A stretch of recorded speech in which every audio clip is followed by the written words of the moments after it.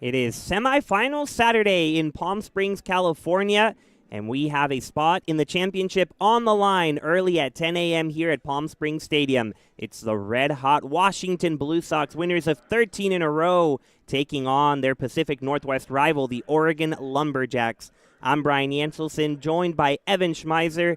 And Evan, this game has been the talk of the town, especially because the Blue Sox, will anybody take them down? The Lumberjacks have come the closest as of late, and they're going to try to do it when it matters most. What are you looking forward to in this great matchup? Well, I'm thrilled, Brian, for one, that you alluded to that last game that went back and forth just earlier this week, frankly, in a game that ended up being a Blue Sox walk-off victory. It's going to come down to a lot of things. Can the Lumberjacks make the plays in the field, execute on the little things? That's something the Blue Sox have taken advantage heavily on, teams making mistakes in the field and otherwise. And can Roger Motley on the mound throw strikes? He was excellent his last outing, but you still have to keep an eye on the command.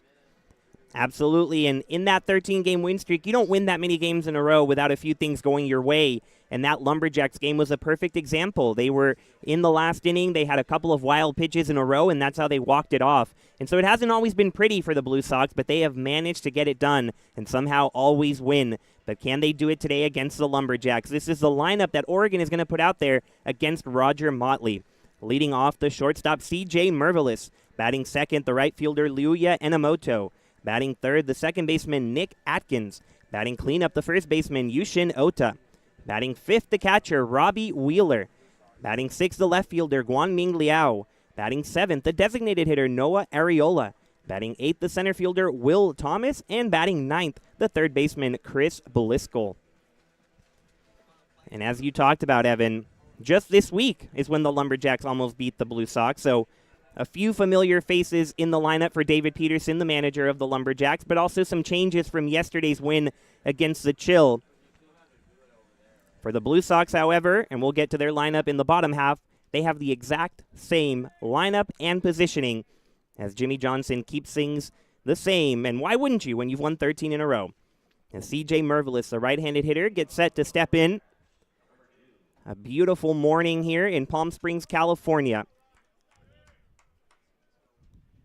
A little more clouds than we're used to, but 64 degrees, and Motley, the tall lefty, fires the first pitch outside for ball one. 10:02 a.m. Pacific Standard Time. 64 degrees as Mervelis, the righty, wearing high socks, as white at the bottom of them, and then the underneath black part at the top, as that one is outside for ball two. 2-0 to C.J. Mervelis, who can get the party started quickly for the Lumberjacks. We've seen him be a home run shy of the cycle here at the main stadium before. Motley from the third base side of the rubber goes into his windup and misses outside. Ball three, 3-0 to Mervelis as Motley looking for his command early.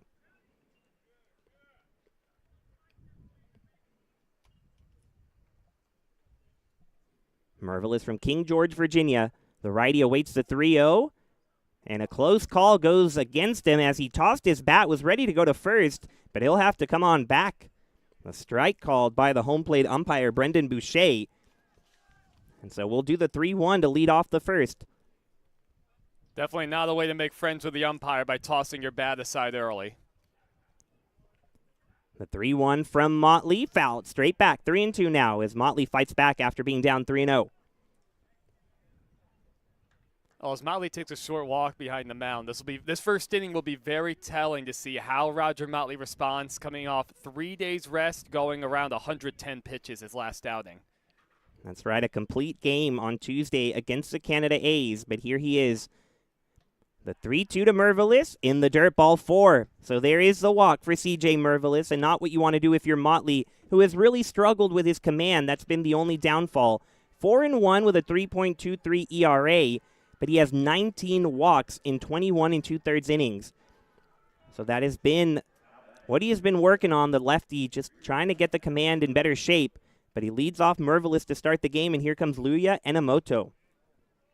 Now, Motley did keep the walks down his last outing in the complete game, only 2, but this first inning will tell a lot.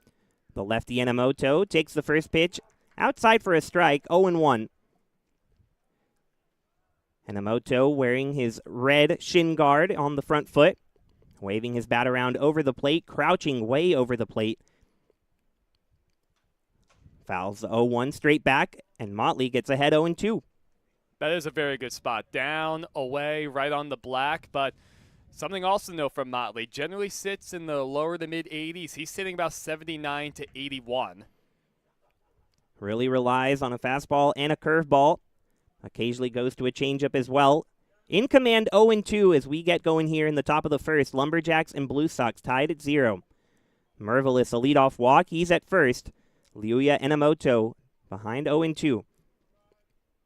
Motley, the lefty, looking right at Mervelis. Takes another look, now slide steps home. Wanted the call on the corner, but doesn't get it. Enomoto lucky to still be in there. 1-2 the count. It was a close pitch, but it was absolutely off the plate. A good call by Boucher behind the dish. Enomoto holding his right arm forward, now puts it back on the bat. Still crowding the plate as Motley checks on Mervelis. In there safely, just a step back to the bag. That was very close to a balk by Roger Motley. It looked like he was starting to actually come towards the plate. Mervelis does have 4 stolen bases over there. Motley gets to look right at him, though. Another slide step home. Over the catcher. Maldonado gets past him, and Mervelis advances to second. We do not see a lot of balls get past Maldonado, the catcher. But that one was just a bit too high, and Enomoto now a 2-2 count with Mervelis at second, and nobody out. Lumberjacks trying to strike first. The American Division title on the line. The winner of this game plays tomorrow for the California Winter League Championship. Enomoto, a .357 hitter, loves going the other way. And the shortstop Gonzalez now holding him on. The 2-2, looped down the right field line, but foul. Mervelis was already halfway home, just in case it landed fair, but he'll have to go back to second, and Motley will do the 2-2 all over again. Motley definitely got away with one. Enomoto was just barely out in front of that 66-mile-an-hour curve, and it was a hanger. It caught a ton of the plate. Enomoto's a really tough batter. He is right over that home plate. Not afraid of the lefty-lefty matchup. The 2-2, big looping curveball misses high. 3-2 as Enomoto works a patient full count. Already a walk to Mervelis. He advanced to second via the wild pitch. And now a 3-2 count to Enomoto. Still scoreless between the Lumberjacks and the Blue Sox as we're just underway. A glance towards Mervelis. Now the fire home. Upstairs, ball 4. Enomoto will take first and back-to-back walks to start the first. Up comes Nick Atkins. And it's hard to tell where Motley was trying to put that fastball. I was hoping he'd be able to locate one down in the way again to Enomoto like he did earlier in the at-bat. But like I said, the command, you got to keep an eye on it. Short rest. He's already walked the first 2 hitters. And beware of Nick Atkins, .303 hitter. Playing second base today, the righty. Wearing a turtleneck under his green jersey as Mervelis takes off for third. The curveball is strike, but Mervelis in there safely. Not even a throw down as C.J. Mervelis swipes third. Enomoto stuck around at first, so the corners are covered with nobody out in the top of the first. Lumberjacks trying to get on the board early. As you mentioned just a second ago, Mervelis absolutely a threat to run, but sometimes when you're fighting your command, you lose complete focus on the runners, and I think that's what happened. The tall lefty goes into his high leg kick. Breaking ball up high. Ball 1, 1-1. That curveball is just not breaking where Motley wants to. He has to command that for a strike if he wants to succeed. Already 2 walks to put runners at the corners. Nobody out here in the top of the first.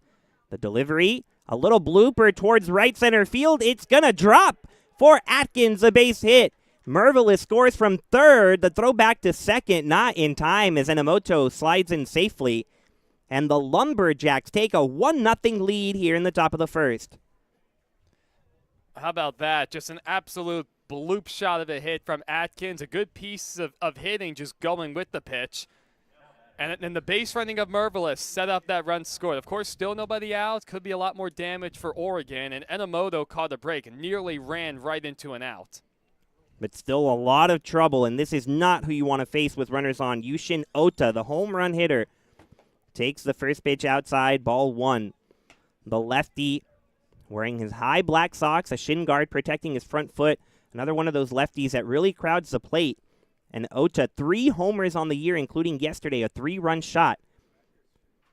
He awaits the 1-0 and sends it high in the air, deep to right field. Morton giving chase, settling underneath it, and he makes the catch in fair territory for the first out. And Emoto advances to third. Atkins sticks around at first. So a long first out for Motley.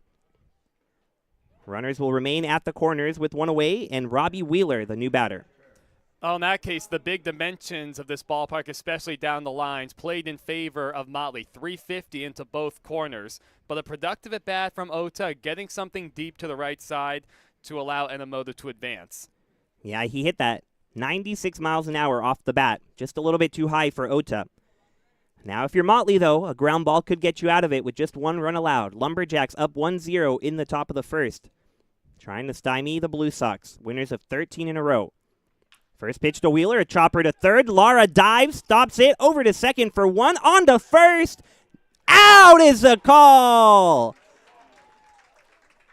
A delay by the first base umpire, Max Steiner, but he calls Wheeler out at first, and what a 5-4-3 double play for the Blue Sox to get out of it. They allowed just 1 run, but it could have been worse if not for Lara and Catalano there defensively. We head to the bottom of the first inning. Lumberjacks 1, Blue Sox coming to bat.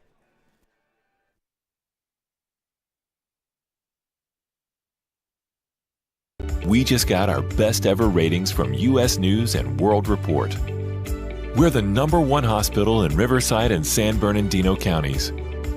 High performing in 17 common procedures from joint replacements to heart attack care. And for the first time, national ranking as high performing in 3 adult specialties. We're proud of these ratings, but what matters most, as always, is how we rate with you. Learn more at eisenhowerhealth.org/awards.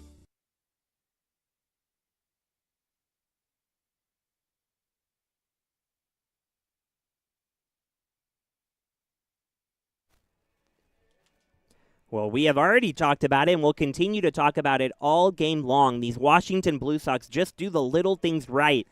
And while defense shouldn't be a little thing, it just is one of those things that can get overlooked, and turning a big double play like that to get out of a jam could go such a long way, Evan. Boy, Lara's just been fantastic, too. He's a guy who can play any of the infield positions. I mean, he absolutely saved Motley. Benefited from the call at first. It was absolutely a blown call. The umpires have been great all season long. But see if the Blue Sox can take advantage of it. And the early complexion of this game looks so much different now for Washington than it did a couple minutes ago. Absolutely so. The red-hot Blue Sox come into bat with the following starting lineup. The leadoff hitter, the shortstop, Nick Gonzalez. Batting second, the center fielder, Samuel Rowan. Batting third, the first baseman, Michael Bucchino. Batting fourth, the third baseman, Alejandro Lara. Batting fifth, the left fielder, Bryson Gandy. Batting sixth, the designated hitter, Deontay Jackson. Batting seventh, the right fielder, Jeffrey Morton. Batting eighth, the catcher, Taylor Maldonado. And batting ninth, the second baseman, Tim Catalano. It is the exact same lineup, 1 through 9. Even their positions have remained the same from their first-round victory against the Palm Springs Power. JJ really trusting that starting 9 against Angel Landazuri. Oh, there's very little reason not to. I mean, for the first time in a long time, Trey Valka yesterday made the Blue Sox lineup look human, coming in yesterday as the league's leading offensive team. So Nick Gonzalez will get it going for the Blue Sox, the righty. Blue Sox wearing, of course, their blue jerseys. And Gonzalez wearing a white arm sleeve on his right arm. That bright green helmet from Southern Florida. Attacks the first pitch, lashes it foul over the trainer's tent. 0-1 the count as Landazuri on the mound for the Lumberjacks. And he knows a thing or two about pressure at the CWL because he was here last year. And he has been dominant yet again. The righty stands way over on the third base side of the rubber. Makes it tough for these right-handed hitters like Gonzalez. The 0-1 yanked across the plate. Ball 1-1. Landazuri, a 29-year-old from San Bernardino, California, just up the road. A local who goes back and forth. 3-1 this year with a 1.18 ERA. Not bad. High leg kick and the delivery home. Outside, ball 2, 2-1 to Gonzalez.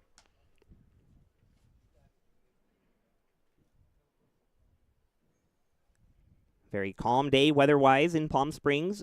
Low 60s at first pitch. A little overcast. More of a hazy clouds over us. As Gonzalez attacks that one and cannot connect. 2-2. Big swing from the leadoff hitter. Just getting going here in this ball game. Lumberjacks threatened in the first inning, put one across, and they lead 1-0, but it could have been more, if not for a 5-4-3 double play. Landazuri takes a deep breath, settles his shoulders, now turns and fires. A ball outside, 3-2 to Gonzalez.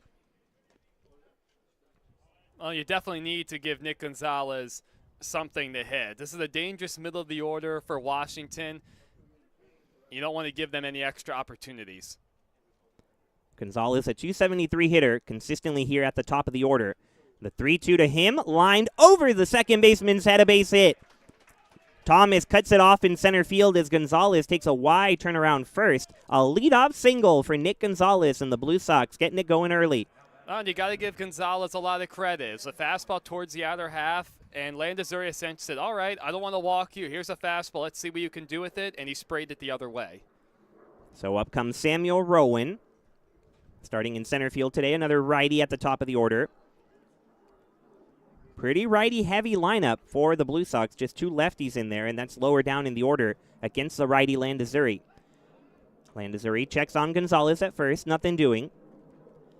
As a plane flies overhead just a couple of miles from the International Airport here in Palm Springs. So that is a constant theme. Middle infield looking for a double play as Gonzalez takes a big lead off of first. The leadoff single has him there. The first pitch to Rowan, over towards right, but out of play, foul. Rowan, 423. How about that? You just go through this lineup for the Blue Sox and you're surprised by every single number. You're like, surely it can't be that good, but it just is. 5 runs batted in as well.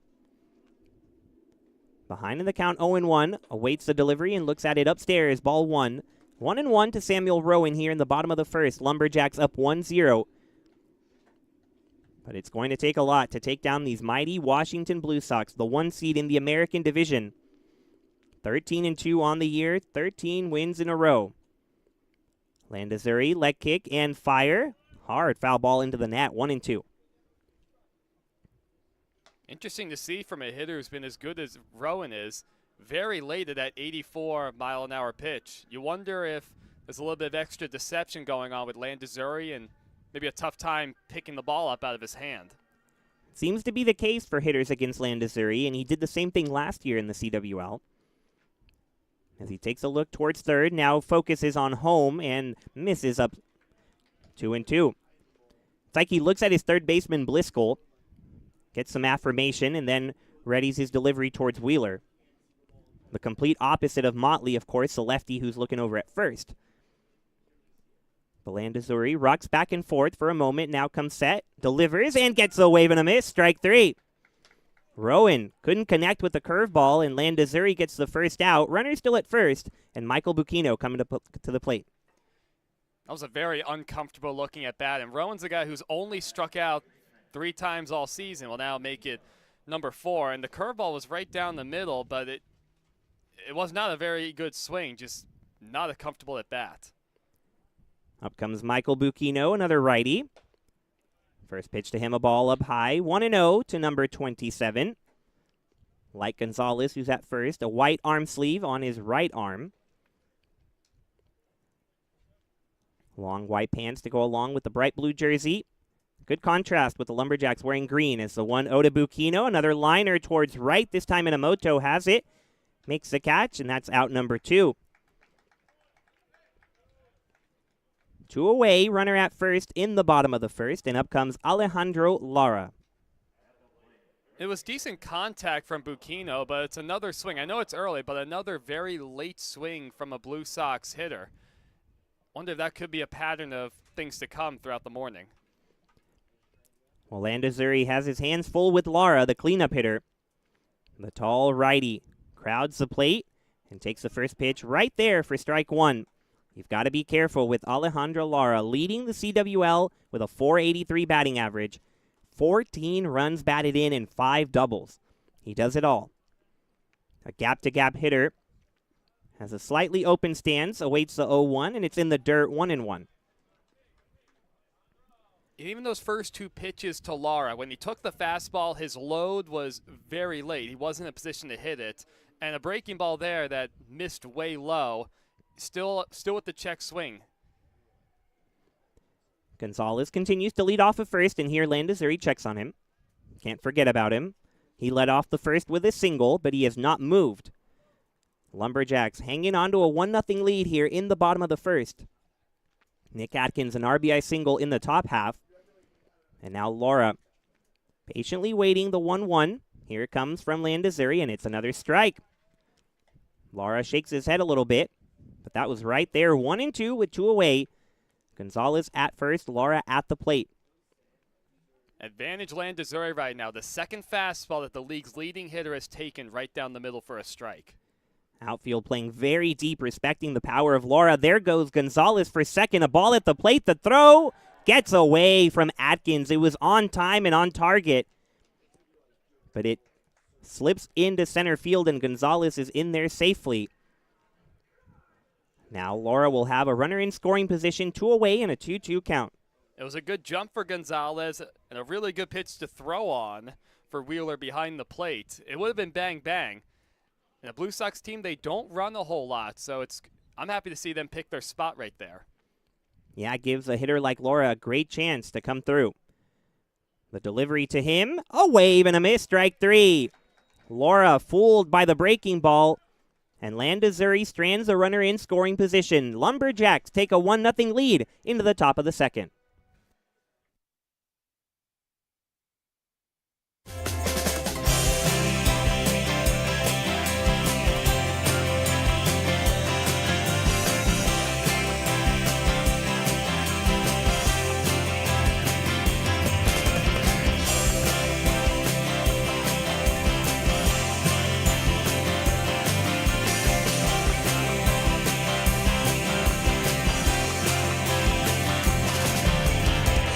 Elmer's Restaurants. Welcome to the family. So, I just got the State Farm Personal Price Plan on my car insurance. So you told your agent you play the bagpipes for your dog? What? No, I didn't get that personal. My agent just helped me create an affordable price just for me. Okay, let me show you what I've been working on. Hey, Buster!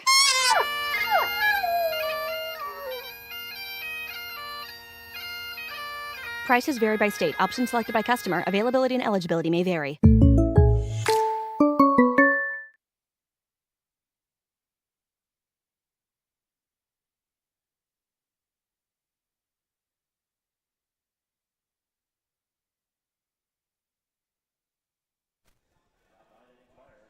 Welcome back to the top of the second inning as the Lumberjacks lead it 1-0 over the Washington Blue Sox. Roger Motley, the starter, back out there on the mound. And Guangming Liao, Noah Areola, and Will Thomas due up for the Lumberjacks.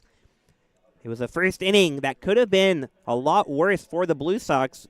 Started with consecutive walks and then a single. Lumberjacks took that quick lead, had runners at the corners with just 1 out when Robbie Wheeler grounded into a 5-4-3 double play. But it was not just any double play. Lara, a diving stop over to second, and then a strong throw from Catalano got it done. And so Motley will look to calm down a little bit here in the second. The big lefty fires his first pitch to the righty Liao, and it misses outside ball 1. Has to get the command and has to get the breaking ball over for a strike. 2 walks in the first. When Motley is on, he is throwing strikes. But when he is not, he is doing things like that, missing with the curveball inside. 2-0 the count to Liao. The left fielder, high green socks.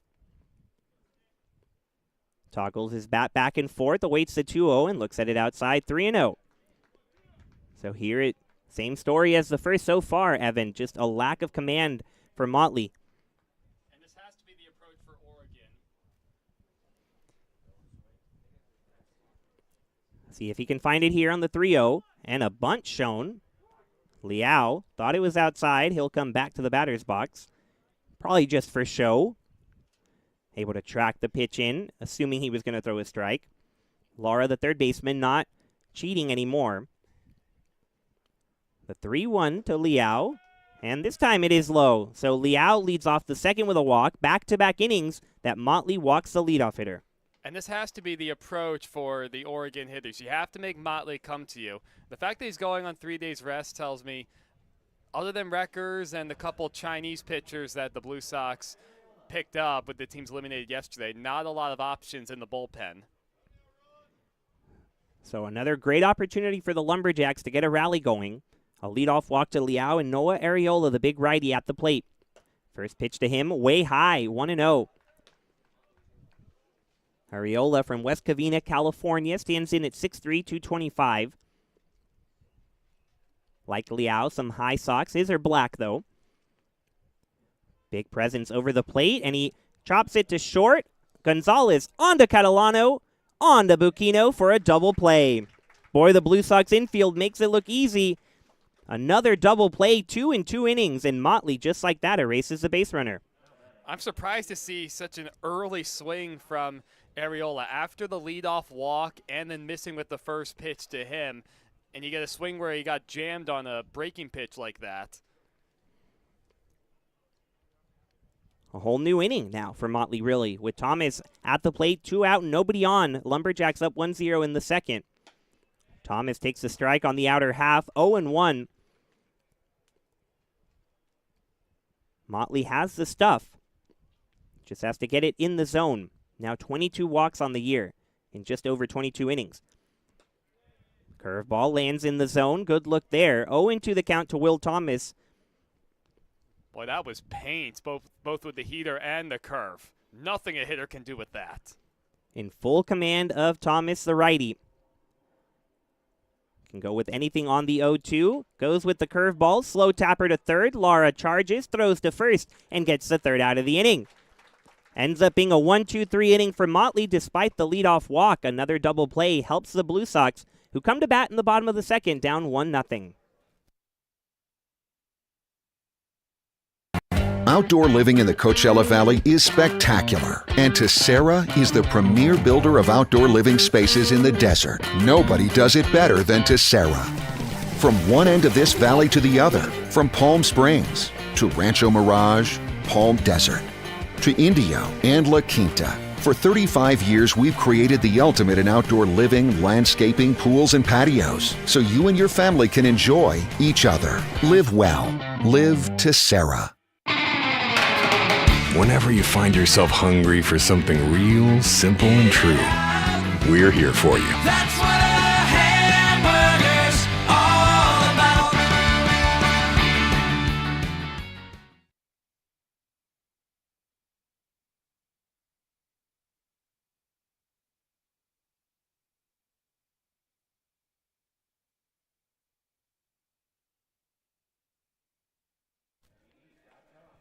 We bring you back to the bottom of the second inning. Oregon Lumberjacks 1, Washington Blue Sox 0.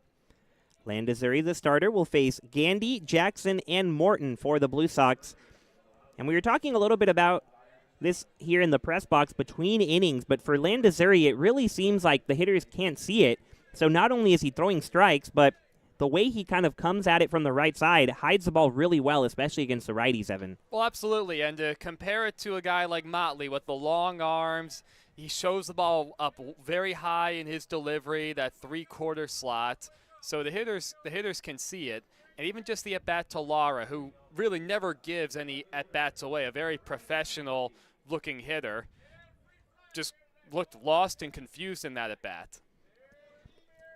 But as is the case every time you face Washington, it never gets easier throughout the lineup. It starts with Gandy here in the second. The lefty rockets the first pitch towards left. Liao giving chase, and he dives to make the catch. How about that play by Guangming Liao in left, robbing Gandy of at least a hit. More than likely extra bases if it gets down. So Landazuri using his defense, and now Deontay Jackson will bat with 1 out, nobody on. This could be a very interesting matchup. Landazuri throws a lot of strikes, likes getting ahead with the fastball, and Deontay, we know his aggression. The righty Jackson does swing at the first pitch, fouls it back, 0-1. And it was a fastball at that. Look at the infield for the Lumberjacks. Bliscoe and Mervelis, the shortstop and the third baseman, playing him to pole. Bliscoe basically on the line. They've seen what Deontay can do. The kick and the fire towards him. Another foul the other way. Jackson falls behind 0-2. And Landazuri is quite the opposite of Motley when it comes to what his struggles are. Landazuri never walks anybody. He has 3 walks in 18 innings this year, to go along with 29 strikeouts. So that's a great ratio. He just peppers the zone and forces the hitters to hit it. That's the 0-2 to Jackson. Foul behind us in the press box, 0-2. Wonder when's the last time we've seen this from any opposing pitcher. 3 straight fastballs in the zone to Deontay Jackson. Yeah, not typically a great recipe. Jackson, 357 on the year. 3 doubles and a homer. Behind the count, 0-2. The righty-righty matchup will end with a gorgeous curveball from Landazuri, and Jackson knew it. Strike 3, 2 away, and nobody on as Morton comes to bat. Well, and he set up Deontay with those 3 straight fastballs, got a couple late swings on the fouls. That curveball probably caught a little more of the plate than he would have preferred. Maybe you want to start a little further inside, but setting him up did the job with that breaking pitch. Absolutely right. Just gave him a completely different look. And now Morton, the lefty, looks at a first pitch strike. Every single one of these Blue Sox hitters starting behind in the count. Landazuri doing his job, not wasting any time, gets right back on the rubber, looks at the sign from the catcher Wheeler. Deep breath and the fire home. A strike on the outer half. Morton has a conversation with Boucher, but right now Landazuri is on point. 0-2 the count. 2 away, nobody on. Lumberjacks up 1-0 in the bottom of the second. High leg kick and the delivery. Close call. Outside ball. Very similar to the first 2. I think Morton's brief conversation with Boucher behind the plate gave him the benefit of that call, because that was the same exact pitch where he got strike 2 called against him. It was a bit outside, but like you said, he had just gotten it. So Landazuri, the 1-2 now. Curveball lashed into right field. A base hit. Morton going to round first, and he'll stay there. He was thinking 2, but a great job by Enomoto to cut it off. And a 2-out single for Morton will bring up Taylor Maldonado. Oh, and that was a poor pitch selection from Wheeler behind the plate. And, of course, Landazuri on the mound. You had those 3 straight fastballs. You can tell by how a hitter even takes a pitch when he gets the foot down, if they're seeing it out of his hand. And more than just he was beat on all those fastballs. So throwing the breaking pitch, it sped him up and did him a favor. Blue Sox looking for a 2-out rally. Runner at first, down 1-0 in the second to the Lumberjacks. Taylor Maldonado, the talented catcher, at the plate. The first pitch to him, line towards right field. Enomoto giving chase, and he'll look at it over his head and off the wall. Morton will score all the way from first. Maldonado thinking 3, but he'll hold up at second with an RBI double. Blue Sox tied up in the second inning. It's a great piece of hitting from Maldonado, and sometimes those can be the consequences for a pitcher who throws a ton of fastballs in the strike zone and where you know he's going to be around the strike zone a lot, and you can time him up. Maldonado was looking for a fastball towards the outer half, and he connected on it. Just like that, there were 2 outs, nobody on. Morton singled, Maldonado doubled, and the game is tied. Tim Catalano now the hitter. A glance towards Maldonado at second. Landazuri taking a long time, and there'll be time called at the plate. Catalano had to hold in there a while. High Blue Sox for Catalano. His left leg all the way up. His right leg halfway down shows how dirty his uniform already is. That's the first pitch to Catalano. A fastball for a strike, 0-1. Catalano at the heart of 2 double plays for the Blue Sox. 2 in 2 innings. Not a bad ratio. The second baseman, very talented hitter here at the bottom of the order. Hitting .310 on the year and trying to put the Blue Sox up. Another check on Maldonado, as Landazuri awfully concerned about the runner at second with 2 away. And considering the Blue Sox just tied it up with the damage at the plate, might have to reshift your focus to the batter's box. Can't worry about the catcher off of second. He continues to look at him, now fires home. Breaking ball misses outside, 1-1. And this is already a Blue Sox team that doesn't run a lot. Taylor is not a threat to run. And, with 2 outs, if he takes third, what's the big difference in the grand scheme of things? You got to go after the 9-hitter and get this last out. Totally agree, Evan. The 1-1 as Landazuri takes a deep breath, now kicks and fires off the glove of Wheeler, and he'll get to third anyway. So you may be manifested it, Evan. A pass ball for Wheeler, and Maldonado takes third with 2 away, a 2-1 count to Catalano. Blue Sox just tied it up at 1, and the 9-hitter trying to put them up. And that was shocking, too, and Wheeler wasn't even crossed up either, just botched it. The 2-1 to Catalano. Fooled him a bit in there for a strike, 2-2. When up and in did Landazuri. Already 2 hits in the inning, a run for the Blue Sox to tie it at 1. Catalano, the righty, awaits the 2-2. Great take on a pitch out and in the dirt. You can see him tracking it the whole time. Full count to Catalano. Maldonado at third. He drove in the tying run with a double.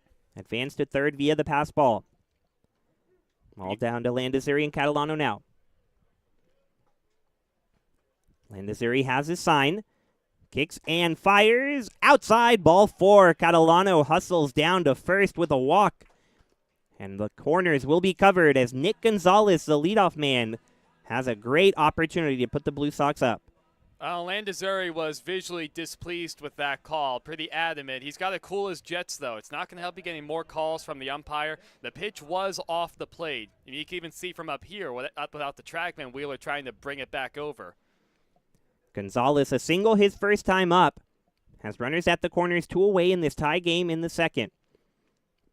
First pitch to Gonzalez, a fastball, strike 1. And the walk to Catalano, too, it's not a big deal. You had a couple bases open. There was no reason to give in.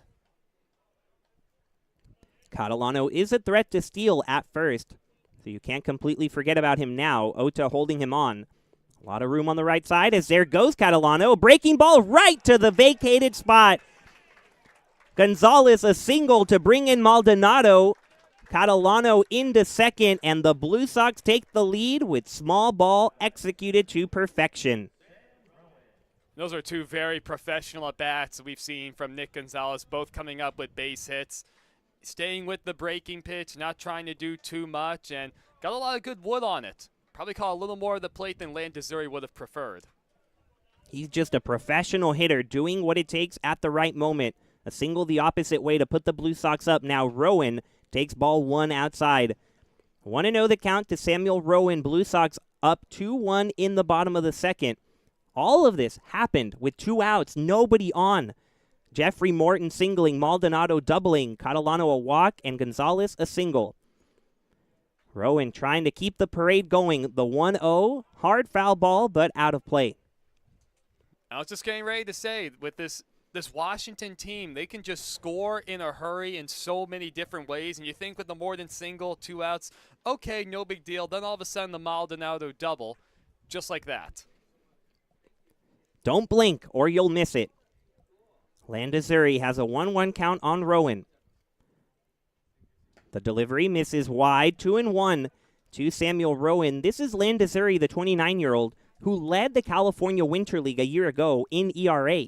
He had the best strikeout to walk ratio, and so he knows a thing or two about being here. Succeeded last year, has succeeded this year with just a 1.18 ERA coming into today, but the Blue Sox getting to him like they have everyone else this year. Catalano off of second before the 2-1. Barely fouled down the first base line. It was a check swing. Rowan didn't want to go around, but nearly worked out. Instead, a 2-2 count with 2 out and 2 on.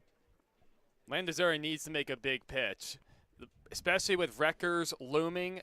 Letting the deficit get much more than 1, 2, 3 runs could be a death sentence for Oregon. 2 on, 2 out, and a 2-2 count for Samuel Rowan. Blue Sox already up 2-1 in the bottom of the second. Landazuri checks on Catalano. There he goes. Foul ball into the net. Catalano and Gonzalez were off towards third and second, respectively. But luckily for the Lumberjacks, Rowan fouled it off. So we'll reset. Landazuri taking a walk around the rubber before settling back in there. Rowan struck out his first time, looking to do more damage. Blue Sox up 2-1.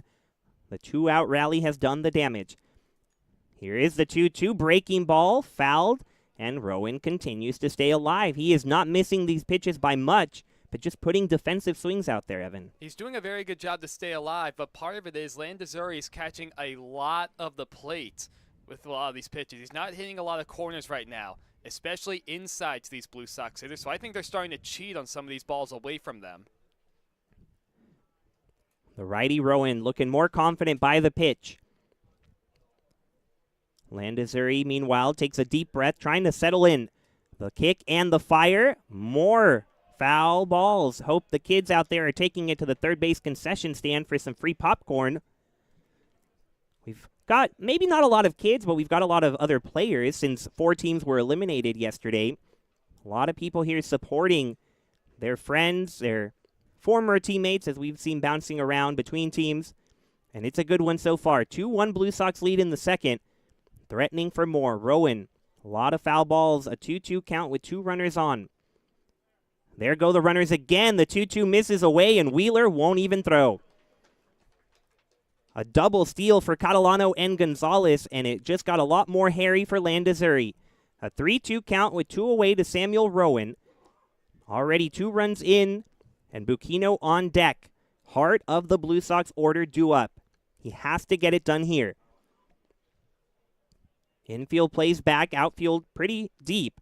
As the payoff pitch, outside ball 4, gets past Wheeler for a moment, and he and Catalano exchange some glances all the way from third. Catalano says, I won't go, Robbie. I won't make you hurry. But for the Blue Sox, they are hurrying up to the plate right now. All good things, and the bases loaded for Buquino. This is an extremely dangerous spot for the Jacks, and as the manager, David Peterson, just saw him get up out of his chair, he's going to go to the mound for a meeting. This will be a much-needed meeting. Hopefully settle down Landazuri. Definitely frustrated. He thought he had Catalano struck out to end the inning. And, of course, the Gonzalez RBI single, the Rowan walk, followed that at bats. He hasn't looked quite like the same pitcher since. A few misses that have been uncharacteristic of him. I mean, how long has this inning been now? We are approaching at least 20, 25 minutes of this inning alone, because it all started with 2 outs, nobody on, and the Blue Sox did not go down quietly. Morton a single, Maldonado the RBI double, a pair of walks to Rowan and Catalano.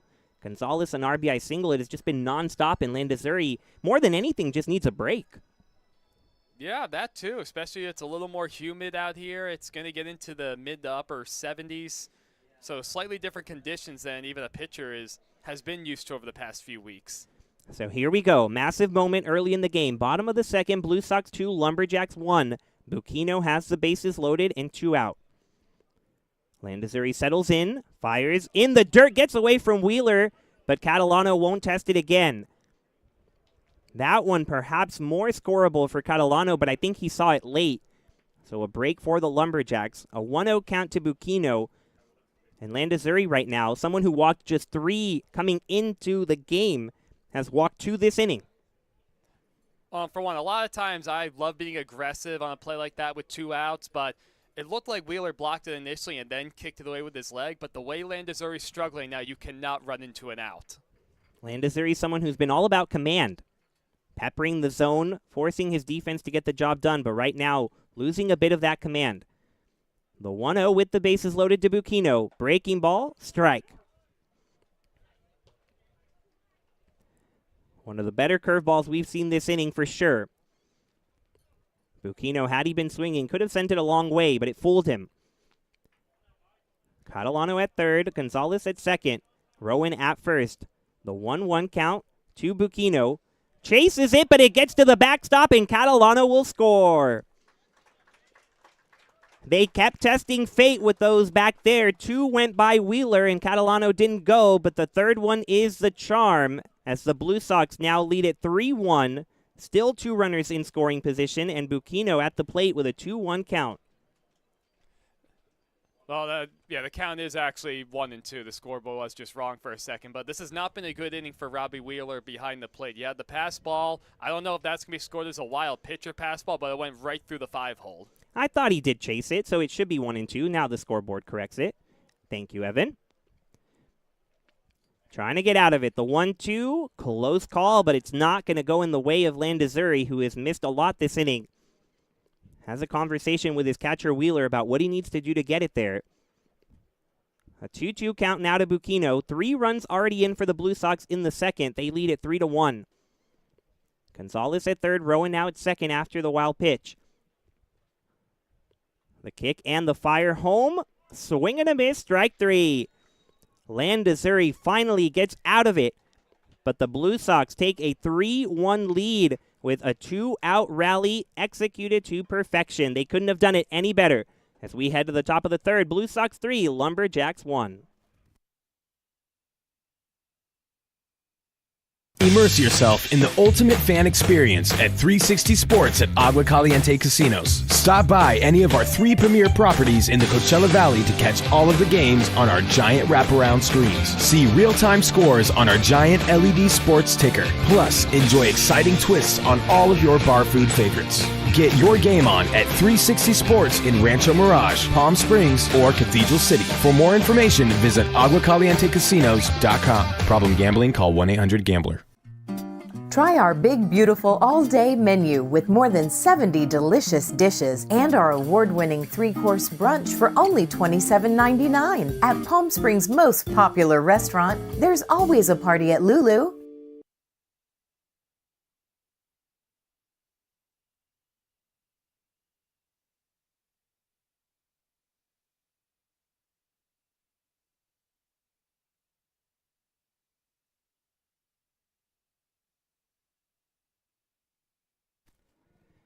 Hope you've settled in, perhaps with some coffee and breakfast tacos at home, because that was a long second inning. The Blue Sox scored 3 in the bottom half to take a 3-1 lead as we now get to start the top of the third inning. And Evan, the Blue Sox just kind of wear you down, you know.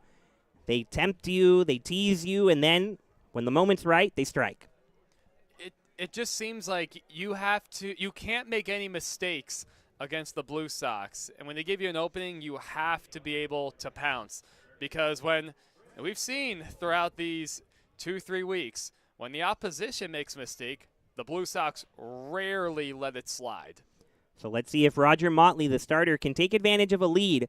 He'll start it off against Chris Bliscoe. Lefty-lefty matchup. Nearly hits Bliscoe with the first delivery, but it's a ball, 1-0. Motley certainly hasn't been perfect, but he's gotten out of a pair of jams thanks to great defense. 2 double plays in 2 innings. The 1-0 to Bliscoe, curveball, a strike, 1-1. Beautiful break against the lefty. One that looks like it's going to hit him, but then it ends up in the zone.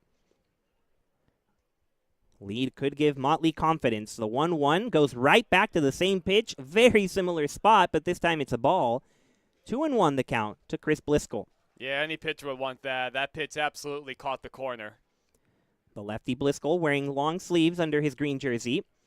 Crowds the plate and looks at that one for a called strike, which was even more off the plate than the previous ball, but Motley will take it.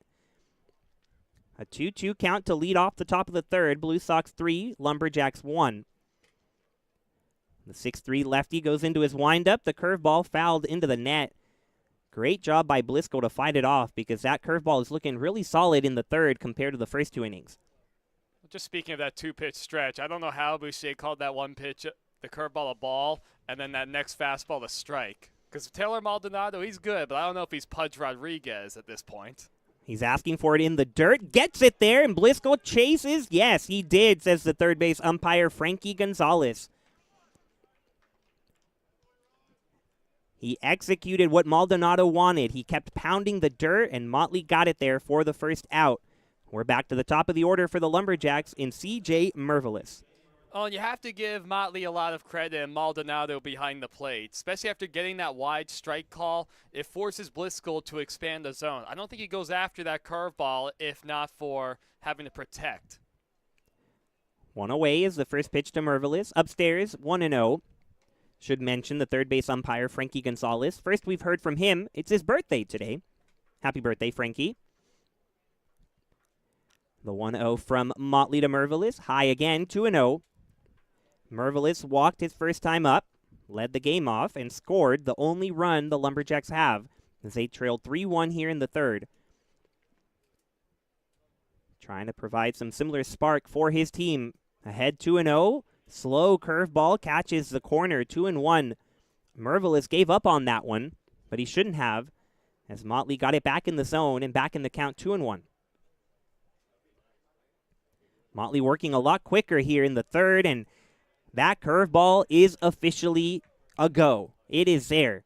Getting it in the zone for a strike, that's what he's needed to do. Didn't quite do it in the first 2 innings, but it's like he's found a whole new arsenal now. Looks at the sign from Maldonado and goes right into his windup. Another curveball and a swing and a miss. Look out, folks. Roger Motley might have found his stuff here in the third. Back-to-back strikeouts, 2 away, nobody on, and Ryuya Enomoto coming to bat. Well, there's no doubt. He's definitely found the curveball. We've always known it's been a good one, but he's locating it just pinpoint accuracy right now. As a hitter, I might think about just looking for the curveball and trying to foul off the fastball. Enomoto, the lefty against the lefty Motley. He is really loving the curveball right now. Just misses a bit low with it. But I think you're right, Evan. Could benefit the batters to sit breaking ball now. Goes with the fastball. Up and away, a ball. 2-0 to Enomoto. Motley doesn't throw hard. Low 80s with the fastball, but then he really slows it down with the curveball. We've seen 67, 68. Back-to-back strikeouts to start the third. The 2-0. Another perfect curveball in the inner half of the zone. 2-1 the count with 2 away. Blue Sox up 3-1 in the third. And their starter in control now. The 2-1. A wave and a miss. Enomoto didn't know what that was. He tried to hit it. And he's behind now. 2-2 after being up 2-0. Trying to tell himself to stay in there, keep his hands back, wait on the slow delivery, but it's been tough. The 2-2 from Motley off the foot of Enomoto, foul ball. So what's that, 6 straight curveballs? Now, we might have only seen 2 or 3 fastballs this inning. And part of me wants to go down there and tell Enomoto, you shouldn't be swinging off balance like that right now. You got to know that breaking ball is coming. If you yell loud enough, he might be able to hear you. It's possible. I'm tempted to do so because it's 2 outs in the inning already. You see, okay, he's peppering these first 2 hitters with curveballs, and so it shouldn't be as big of a surprise when he comes back and does the same thing to you. Wonder if Motley trusts the fastball maybe up and in to completely disrupt Enomoto after all those curveballs consecutively. Has a 2-2 count with 2 away, nobody on in the top of the third. Motley trying to strike out the side. A long hold, sets his glove at the belt, now kicks and fires. Does go with the fastball up and in, but Enomoto lays off 3-2. Boy, I love when I can kind of see what's about to happen. All those curveballs felt like a good moment for a fastball high, but Enomoto was ready. Now a 3-2 count, the payoff pitch. Curveball is back, and it's sent into left field, a base hit. 7 in the at-bat to Enomoto, and by the last one, he just served it into left field for a hit, a 2-out single to bring up Atkins. It was a very good adjustment from Enomoto. That was a hanging breaking ball that time from Motley. It started a strike. It stayed in the strike zone. And even with the fastball before, Enomoto knew, okay, he's probably going to come back with another breaking ball. He saw it out of the hand and served it into left. Yeah, you don't want to get too curveball happy, that's for sure. The first pitch to Atkins, a fastball low and in, ball 1. Well, it's a different dynamic, but the same thing we were talking about with Angel Landazuri, with all the fastballs away from the hitters, but catching a lot of the plate. Right now it's Motley. He's not commanding the fastball, so he's relying pretty heavily on the curve. Goes into the windup and misses low and in again. Consecutive misses there as Maldonado has to block it. 2-0 the count to Atkins, who had an RBI single his first time up. Drove in Mervelis for the only run of the game that the Lumberjacks have. They trailed 3-1 here in the third. Trying to put together a 2-out rally like the Blue Sox did. Enomoto a single. He's at first. There he goes. Curveball. Maldonado down to second, but not nearly in time. A perfect pitch to run on as Motley goes with the curveball, gets the strike, but now a runner in scoring position with 2 outs for Atkins. Well, I love running with 2 outs, and the Lumberjacks have never been shy about stealing a bag all season.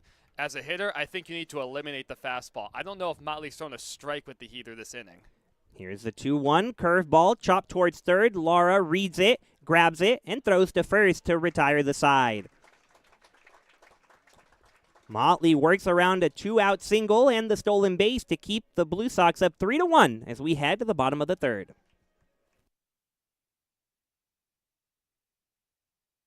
Desert Air started right here in the Coachella Valley in 1954, and we've been welcoming customers to our family ever since. With nearly 70 years of proven trust, dependability, and experience, we've got the AC and heating expertise to help you all year round. Plus, our factory-trained technicians provide well-informed maintenance, repairs, and installation, so you get our industry-best products with industry-best service. Contact our family at Desert Air. We'll make sure you live comfortably, always. Whether you're building, landscaping, renovating, refreshing, or simply researching, rent the right size tools for your size jobs. In store, online, or in app at Sunbelt Rentals, where tools rule.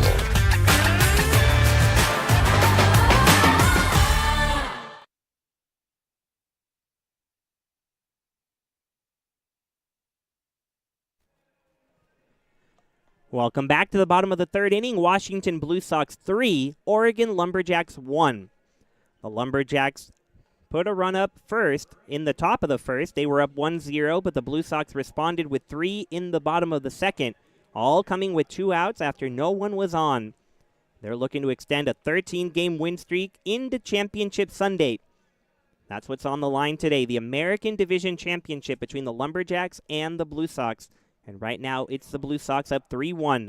4-5-6 due up for the Blue Sox. Laura Gandy Jackson. A very dangerous moment for Landazuri, the starter, who remains on the mound. This will be a very good litmus test for Angel. As you said, very dangerous hitters coming up. He got hit around a little last inning. Can he settle back in? It'll start with the righty, Laura. Goes with the curveball and catches the outside corner for a strike. 0-1 to Laura, who struck out his first time up. He's played a good defensive third base, though. Great stop earlier to start a 5-4-3 double play. The 0-1 to him, another curveball, another strike. 0-2 to Laura. Landazuri continues to take his hat off in between pitches, wipe some sweat off. Then looks into the catcher Wheeler for his sign. Stares straight at the third baseman before firing. Bit outside. Ball 1, but Wheeler, the catcher, giving a nod of approval exactly where he wanted it. 1-2 the count to Laura. A little surprised about that nod of approval. That wasn't exactly the most competitive pitch in the world. It's where Wheeler was setting up, and he hit the target. The 1-2 now to Laura. There is another good pitch and a chase for strike 3. Laura couldn't hold back. The first base umpire, Max Steiner, confirmed it. And Landazuri starts the third with a K, his 5th of the afternoon. I don't think Laura's going to want to see Angel Landazuri again for the rest of this time. He does not have a good idea of what's coming out of Landazuri's right hand. It's funny how it works, right? The leading hitter is the one that can't see it. As Gandy taps it foul to start his at-bat, 0-1. Yet their leading hitter has struck out twice, and they still lead 3-1 in the third. That's what the Blue Sox do. They just find a way to get it done. Their last loss, January 26th, and it is February 17th today. Almost a month without losing. The 0-1 misses wide to Gandy, 1-1. Oh, and that is the mark of a true team with good chemistry like that, where even if your best guy on paper doesn't have the best day, other guys are able to step up. Gandy, the powerful lefty, awaits the 1-1. Thought about it, laid off, and wisely did, because it's a ball 2-1.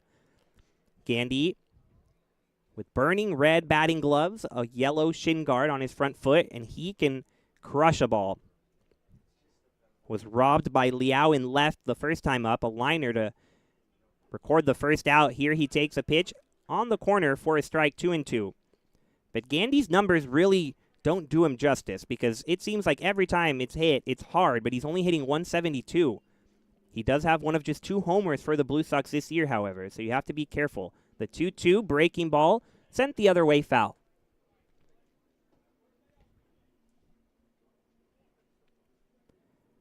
Landazuri trying to settle back in after a rocky second. Blue Sox up 3-1 in the third. Both starters still out there. Virtually no wind. Bit of a warm day in Southern California. Very humid as well. As the 2-2 to Gandy gets a wave and a miss. Strike 3. Landazuri with back-to-back strikeouts to start the third. Now 6 on the day. And Deontay Jackson will bat with 2 out with nobody on. Wonder what that pitch was that Landazuri threw. It came in at 78. It resembled a changeup, at least just looking at it, kind of tailing away from the left-handed batter. If he can make use of that, could help a lot the second, maybe third time through the order. He doesn't use it a lot, but he does have a changeup as the first pitch to Jackson fouled into the net. Well, then that was the first changeup he's thrown all morning. Yeah, usually relies on the fastball and the curveball. Throws a lot of strikes, but like you said, would not hurt to develop a third pitch, especially in a big moment like this. Semifinal Saturday. Blue Sox 3, Lumberjacks 1 in the third. Jackson, the 0-1 to him, fouls it straight back again, 0-2. Well, he tried another changeup, and he got away with it.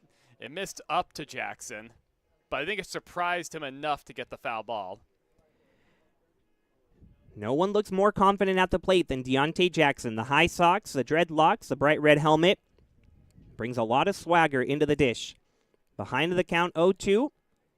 Tries to wait back on it and did just enough to foul it off and stay alive. And again, on the curveball, he was able to surprise Jackson, but because he missed up, it was enough for Deontay to stay alive. Bliscoe, the third baseman, like the first time, playing him to pull.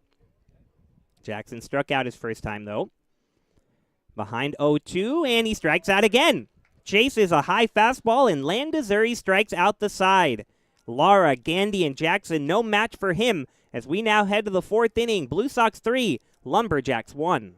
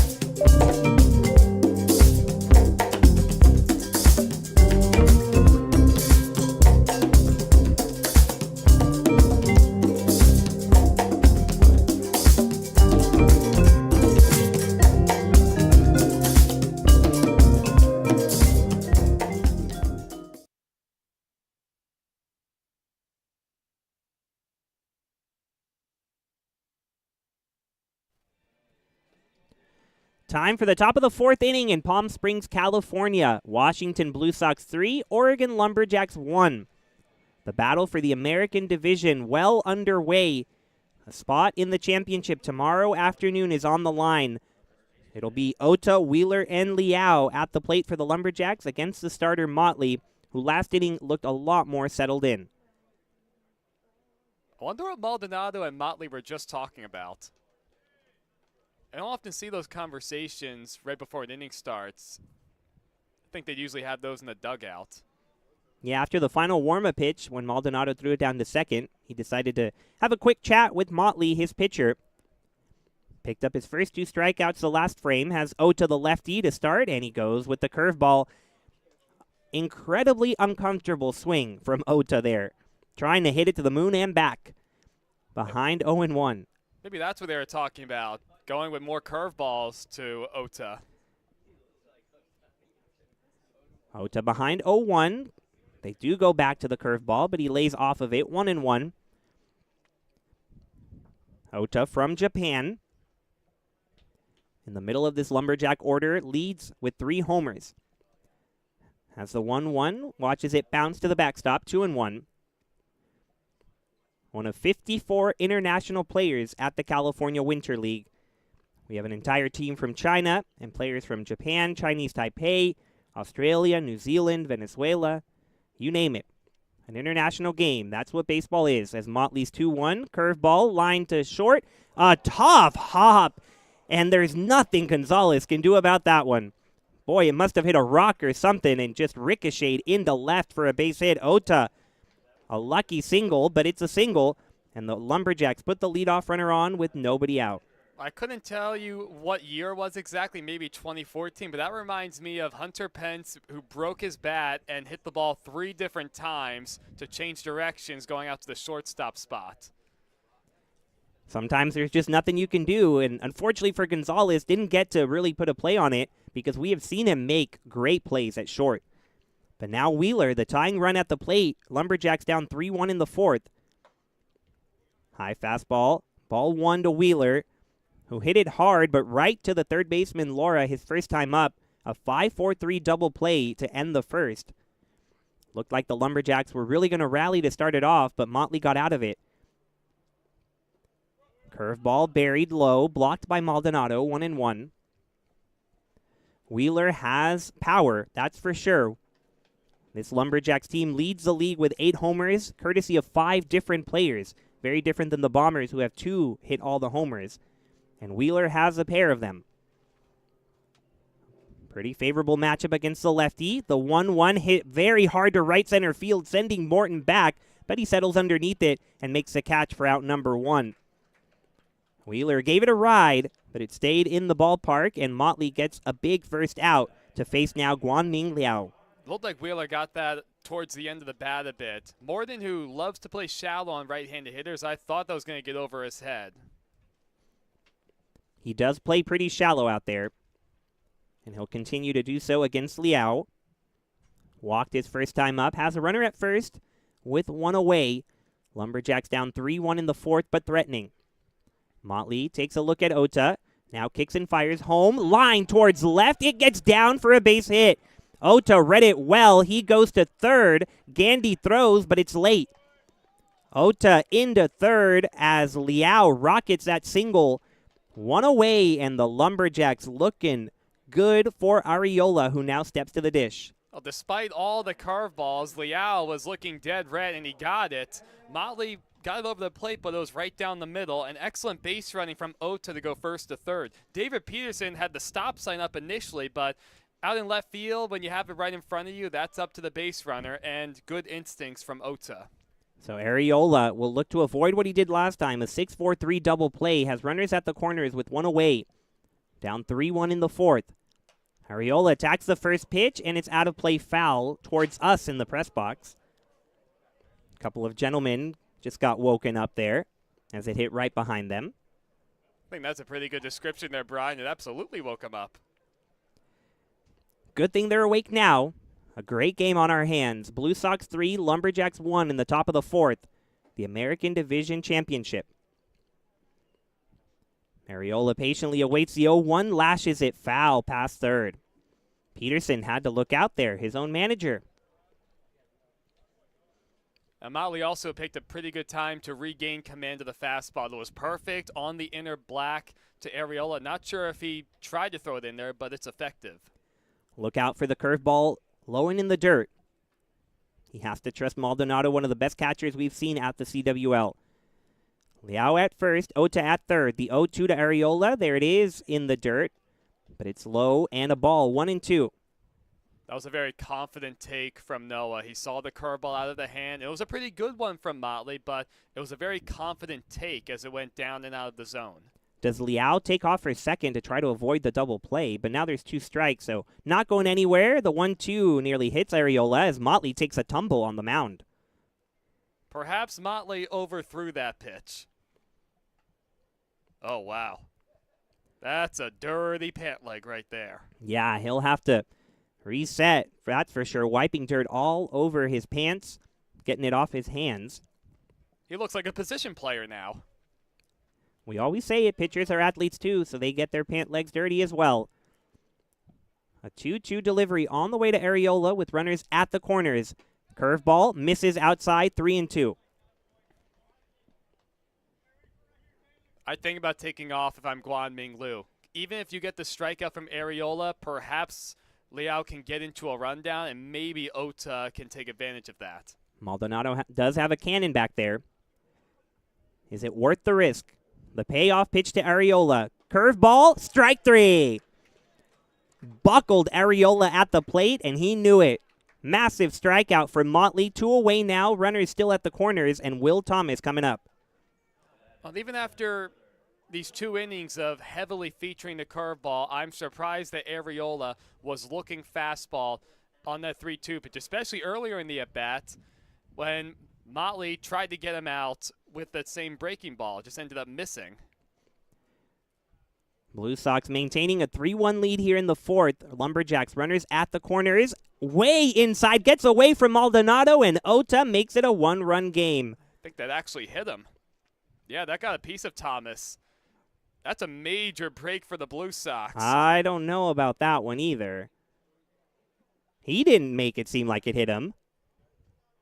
But that's what they're saying, so Ota will have to retreat to third. Bases loaded with 2 away and Chris Bliscoe the batter. But like you said, Evan, was about to be a 3-2 game. Instead, it remains 3-1. Well, for what it's worth, it's obviously tough for us to tell from up here. I thought I heard a little fa-fump sound. Somebody got a piece of jersey. I mean, if I'm Thomas, of course I'm trying to sell it to gift our guys a run. So what a moment for Bliscoe now. The 23-year-old from Richmond, California. Bases loaded, 2 out. His team down 3-1 in the 4th, but a base hit could tie it. The lefty-lefty matchup begins with a curveball, grounded foul past first.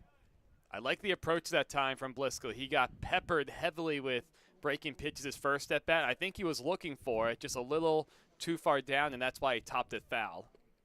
Ota singled. He's at third. Liao also singled. He's at second. Thomas hit by a pitch at first. Bases full of Lumberjacks. Bliscoe at the plate. Behind 0-1, the curveball. Good swing again, but fouled out of play. He does not look fooled by the breaking ball so far. No, that's just the thing. When you throw the same pitch in similar spots enough, then the opposition will start to catch on. But ahead 0-2, Maldonado's been very good. Maybe think about bouncing a curveball. So Motley, the tall lefty from Detroit, Michigan, takes a deep look at Maldonado, the catcher. Now a breath on the mound, sets and fires. Curveball blocked by Maldonado. Excellent job to block it, keep it in front of him. Bliscoe laid off, and it's 1-2 now. It's just such a weapon when you have a catcher as good and smooth as Maldonado. Even with the bases loaded, more than happy to bounce a curveball, knowing that he'll keep it around the plate. Motley got Bliscoe swinging his first time up. It was the first strikeout of the day. Can he get a big 4th? The 1-2 curveball, outside ball 2, 2-2. And now after a couple of bad misses with the breaking pitch, is Motley confident enough to go back to the fastball? Infield and outfield playing straight up.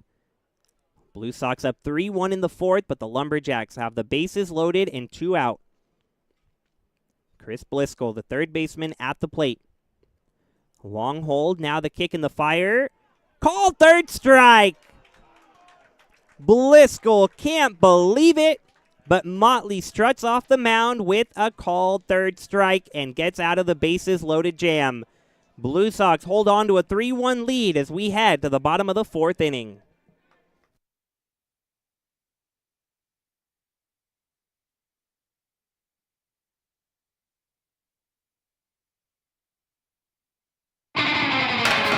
Think of the highest quality you can imagine.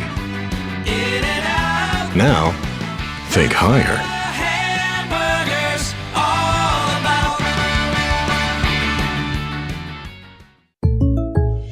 So, I just got the State Farm Personal Price Plan on my car insurance. So you told your agent you play the bagpipes for your dog?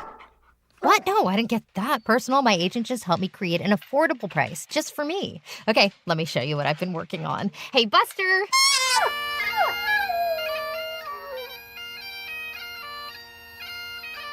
Prices vary by state. Options selected by customer. Availability and eligibility may vary.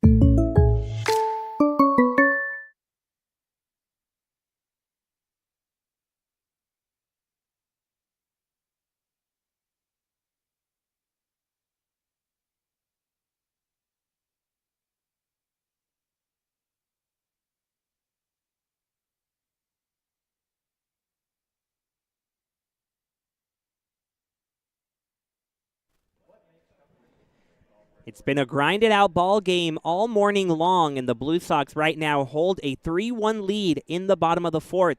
They step to bat with Morton, Maldonado, and Catalano due up against the starter, Landazuri. So many big moments already in this game, and perhaps none bigger than what we saw in the top half of the inning. Chris Bliscoe at the plate with the bases loaded, 2 away, and Roger Motley got a quite generous call for strike 3 to get the Blue Sox out of it. And now they'll look to add on to this 3-1 lead. Morton got it going back in the second, a 2-out single.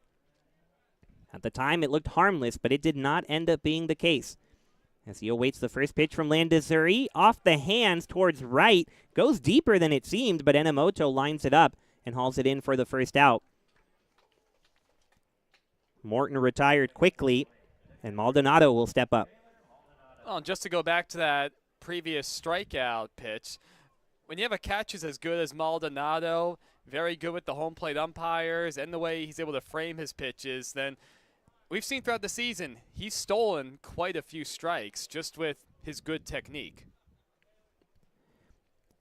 He has done the damage behind the dish, and you have to credit him catching every single game for the Blue Sox. It's mighty impressive.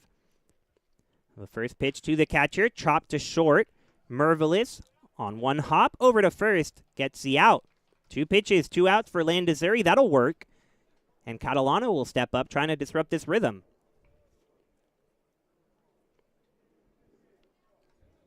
That was the first ground ball out recorded by a Blue Sox hitter. That's crazy. They have been patient. They've lifted the ball, drawn several walks against the typically strike-heavy Landazuri. And Catalano does take a pitch this inning, 0-1, after 2 pitches and 2 outs.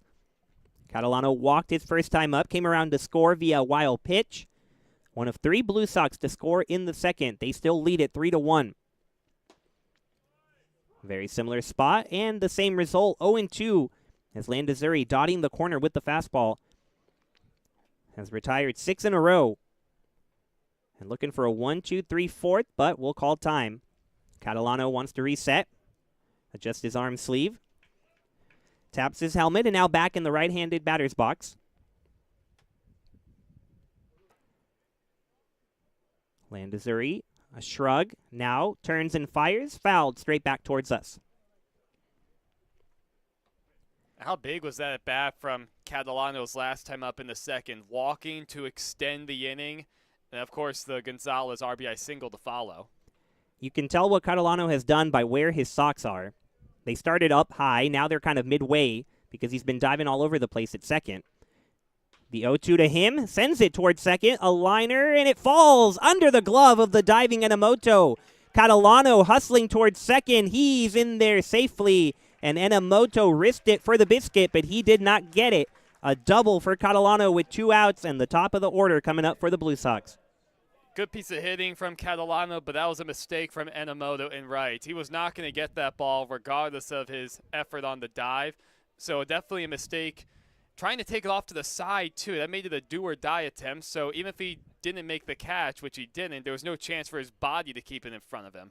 So Nick Gonzalez, the shortstop, 2 for 2 on the day, has a runner in scoring position with 2 away. Catalano bouncing around off of second. Landazuri gets a ground ball to short. Mervelis gathers and throws to first for the 3rd out of the inning.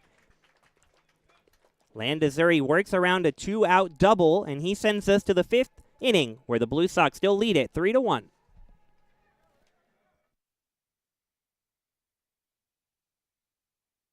We just got our best ever ratings from U.S. News and World Report. We're the #1 hospital in Riverside and San Bernardino counties. High performing in 17 common procedures from joint replacements to heart attack care. And for the first time, national ranking as high performing in 3 adult specialties.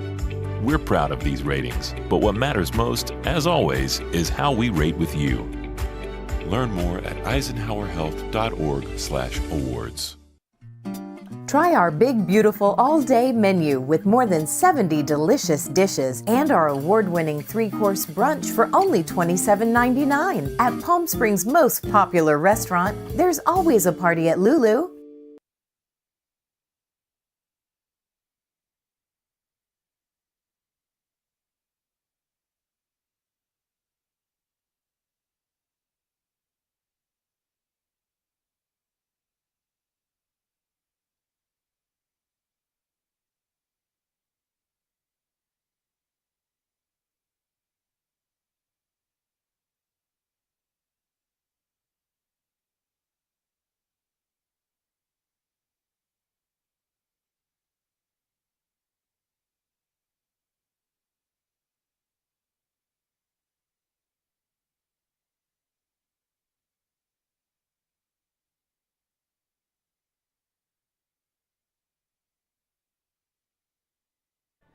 More than halfway home here in the American Division Championship between the Blue Sox and the Lumberjacks, and it's the 1 seed Blue Sox up 3-1 to start the top of the 5th. Top of the order due up for the Lumberjacks, however, Mervelis, Enomoto, and Atkins will do the bidding against Motley on the mound, and boy, has Motley danced around some trouble today. A pair of double plays aiding him early, and then a called third strike with the bases loaded in the 4th. Really holding on to that 3-1 lead for Washington. His first delivery to Mervelis. Hard foul ball nearly hit Enomoto in the on-deck circle. Instead, he collects it, will keep it himself, and Motley will recover with an 0-1 count.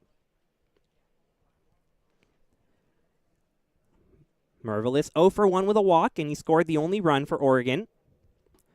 Looks at the looping breaking ball for a strike, and Motley falls for the second time on the mound. Well, sometimes the big, long guys can be a little clunky, I guess.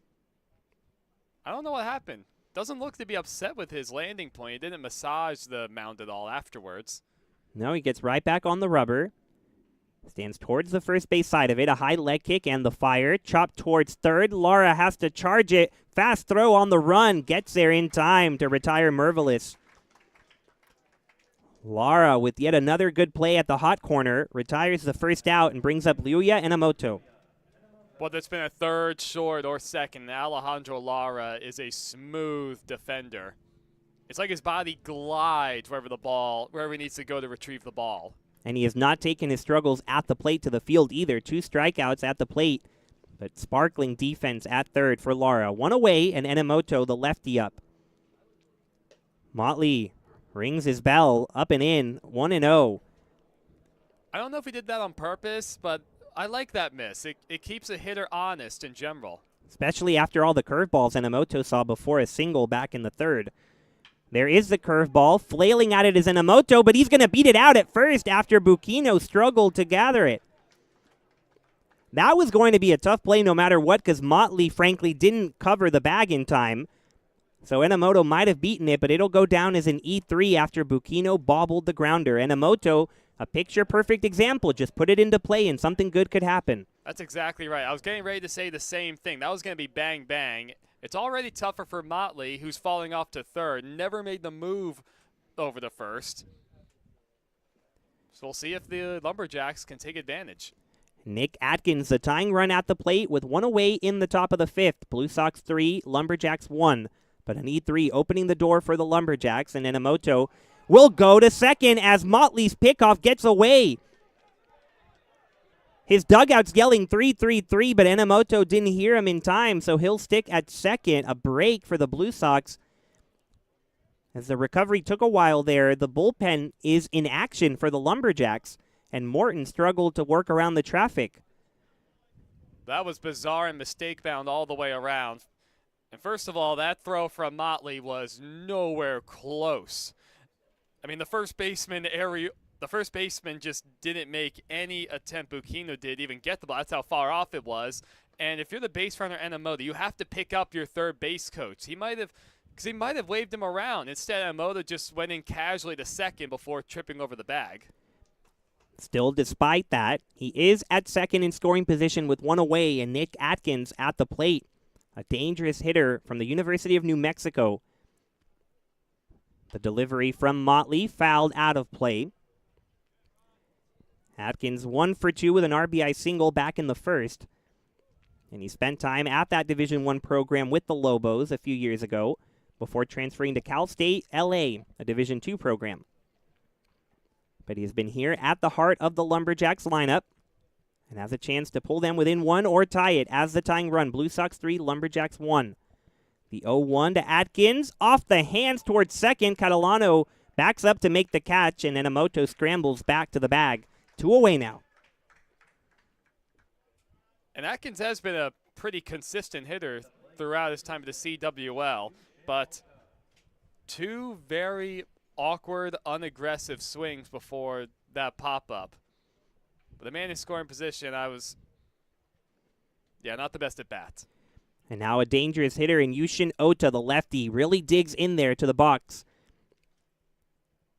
Holds his bat straight over the plate, perpendicular to the dish.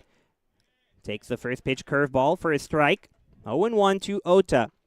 We've talked about it a bit already. 3 homers to lead the Lumberjacks. And he hit a 3-run homer yesterday in their wild win over the Chill. They led 6-0, saw that lead disappear before winning it 7-6 late.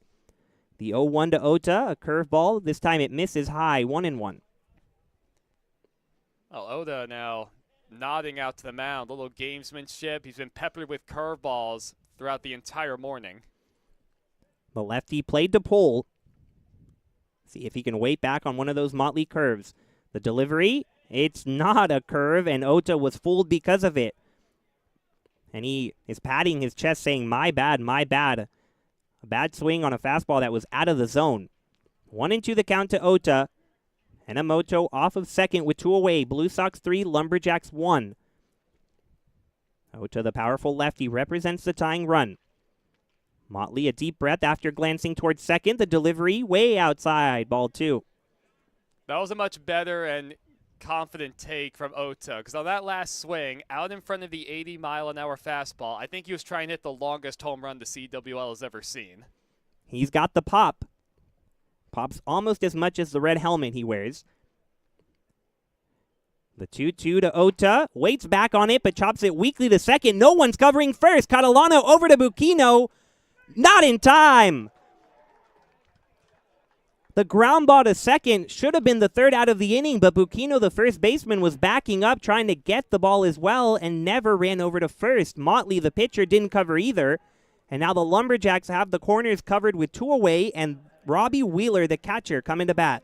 Well, it'd be very easy to look at Bucchino. Looks like time is being called just to check on him. But for the second time this inning, Roger Motley did not go to cover first. And granted, no argument from Bucchino either, so I'm going to assume that Ota was safe no matter what. The umpire out there also didn't indicate that there was no tag or that it was off the bag, indicating Ota beat the play. But that's 2 breaks this inning for Oregon, and you have to push something across. You just have to. Blue Sox manager Jimmy Johnson stepping out of the dugout, checking on his first baseman from far, also asking Boucher, the home plate umpire, something, as this game has really grinded to a halt for a moment here in the top of the 5th. Blue Sox 3, Lumberjacks 1, but the tying run is at first and the go-ahead run at the plate in the form of Robbie Wheeler. 2 homers already this season. He can change this game with 1 swing of the bat. But what he needs right now is a base hit. You got to get something across. There's still a lot of time, but you need to get that second run back. From the windup, the pitch. First pitch swinging is Wheeler, but it's foul towards third. Not a good pitch to hit. A breaking ball below the zone, but Wheeler chased and is lucky to still be at the plate. 0-1 to the catcher. Now, and Hunter was even talking to us between innings. You need to have that opposite field approach with that breaking ball, and Wheeler got way out in front and rolled over it. Enomoto and Ota on the corners. They both reach via errors at first. The 0-1 to Wheeler. He does way back on it, peppers it down the right, and it's fair! 1 run in. Wheeler towards second as Ota held up at third. Robbie Wheeler with an RBI double to make it 3-2 Washington. And this inning changed via 2 errors, and the Lumberjacks 1 big hit away from tying or taking the lead. That was fantastic. What a professional at bat from Robbie Wheeler. Especially, you often, even a lot of big leaguers aren't able to do this kind of stuff. Making the adjustment in the middle of the at bat to wait back on it and go the opposite field. And he's more than strong enough to still get a lot on it, and Wheeler absolutely did. So now Guanming Liao, who absolutely rocketed one his last time up with a single at the plate. The first pitch to him, a check swing and a strike.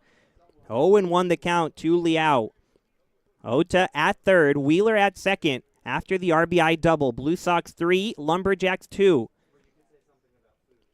Liao trying to put them up. The 0-1 to him. Line drive, foul, out of play. Well, now you have a couple pitches to play with if you're Motley and Maldonado. You're ahead 0-2, and Taylor's already shown he's done a very good job of blocking pitches in the dirt. So whether bouncing another curveball or elevating a fastball, Motley has a lot of options. Ahead in the count 0-2 on Guangming Liao. Runners at second and third. And a wave and a miss, strike 3. Motley gets out of it via another strikeout, his 5th of the morning. And he holds on barely to a 3-2 lead for the Blue Sox, who will come to bat in the bottom of the 5th.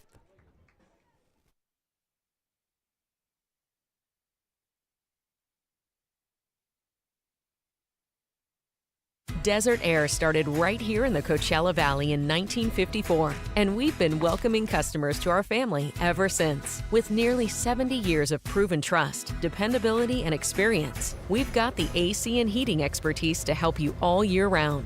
Plus, our factory-trained technicians provide well-informed maintenance, repairs, and installation, so you get our industry-best products with industry-best service. Contact our family at Desert Air. We'll make sure you live comfortably, always.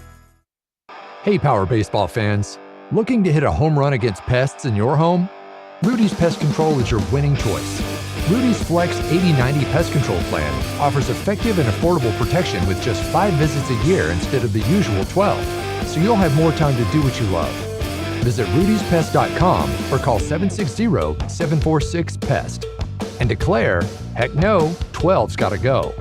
Rudy's Pest Control is your home run choice, so get started today.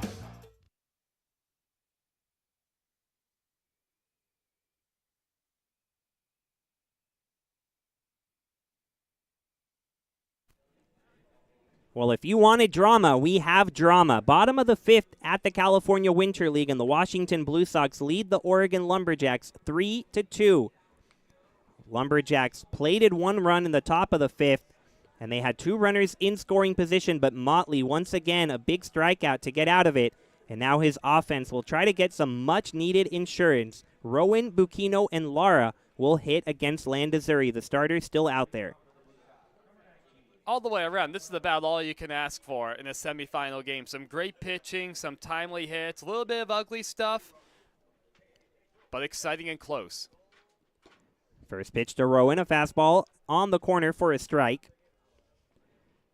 Landazuri has really settled in after giving up 3 runs in the second. At one point, retired 7 in a row. Here a foul ball from Rowan out towards the parking lot. Gets him ahead 0-2. Gave up a 2-out double to Catalano in the previous inning, but got out of that quickly. And he's doing, again, what he does best. Just throwing strikes, making the hitters hit it, and letting his defense get to work. The 0-2. Tapped foul. A great crowd continues to file in here. Palm Springs Stadium, the site for semifinal Saturday. Blue Sox and Lumberjacks fighting for the American Division. Later today, it'll be the Alberta Grizzly and the British Columbia Bombers for the international crown. As time is called, a ball is in left field. And that allows us to see that there is action in the Blue Sox bullpen. David Recker is getting going. And that's not a good sign for the Lumberjacks, because Reckers can do it quickly and finish this game in a hurry out of the bullpen. We'll see if it gets to him. The 0-2 to Rowan, lined right back up the middle, a base hit. Beautiful piece of hitting with 2 strikes on a curveball that caught too much of the plate, and Rowan leads off with a single. Well, it was over the plate, but it was down, fairly down and out of the strike zone. I mean, that's the approach you need on a slow breaking ball like that, just that middle of the field, opposite field approach. Pinch hitter for the Blue Sox now, hitting for Bukino, who was in some pain at first. Number 30, Kosuke Akiba. The first pitch to the new hitter, a strike on the corner, 0-1. So Bukino 0 for 2 on the day, a couple of errors at first in the previous inning, and it looks like he has exited the game due to an injury. Akiba trying to move over the leadoff single, who has to dive back into first, Rowan, after the check.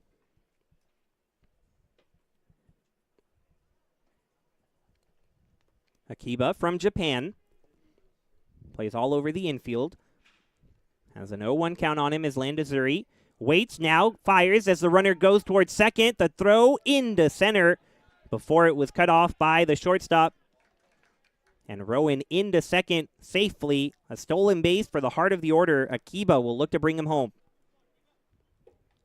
Boy, I love seeing the Blue Sox aggression on the bases. One of the stories coming in was they didn't run a whole lot, but what are we up to, 4 stolen bases now? It's been impressive. They find ways to get it done. Every day a new format. But it seems to lead to the same result. A win as this one rocketed into center field. A base hit for Akiba. Rowan let it fall before going towards third, so he'll hold up there. Runners at the corners with nobody out for the Blue Sox, and Laura coming to bat. And goodness, with Reckers looming in the bullpen, another run, even 2, would make life a lot more difficult for the Lumberjacks. And there is also action in the Oregon bullpen, which we might get to see now as David Peterson pays a visit, and he has signaled for a new pitcher. That'll be it for Angel Landazuri. Tyler Knight, the big righty, warming in the pen. I don't know if he necessarily signaled to the bullpen. I saw the time called go in the direction of the home plate umpire, because he has not taken the baseball from Landazuri yet. You're right. It did look like he motioned both ways at first, and there you go. Now he takes the ball from his starter, Landazuri. So we were right on the first call as Knight will enter the ball game. Runners at the corners, nobody out for the Blue Sox, and Laura looming. We'll take a quick break on the CWL and be right back with more playoff baseball.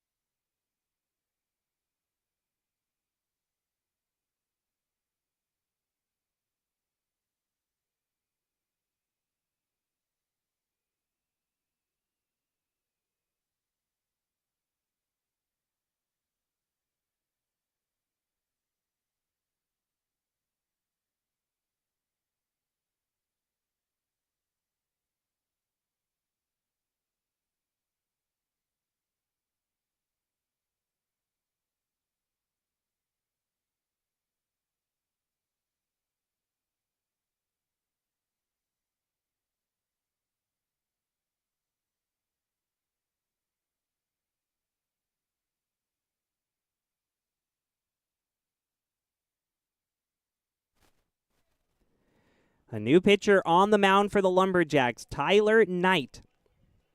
The 21-year-old from Incline Village, Nevada, in quite the pickle. First and third, nobody out for the Blue Sox, and Lara at the plate. First pitch to the righty, a strike down the middle, 0-1. You've got Rowan at third, Akiba at first. Both of them singled here in the bottom of the fifth, where the Blue Sox lead 3-2. Winners of 13 straight, trying to make it 14. 0-1, fouled out of play. Lara falls behind 0-2 and trying to avoid striking out for the third time today. Both of those first two came against Landazuri, the starter, who finished with 7 strikeouts. Allowed 3 runs and responsible for the 2 on base right now. Tyler Knight, though, doing a good job getting ahead. 6'5", tall righty. Stands on the first base side of the rubber. A deep breath and the fire. Breaking ball, chopped, foul. I'm very surprised the Jacks are not playing the infield all the way in. The middle infielders are set up to turn 2. I mean, with Reckers looming, you can't just give away a second run to make it a 2-run game. Yeah, but you also can't have a big inning. So if you can get 2 outs, clear the bases, and just allow 1 run, that could benefit you. But right now, Knight looking for a K. The 0-2 to Laura.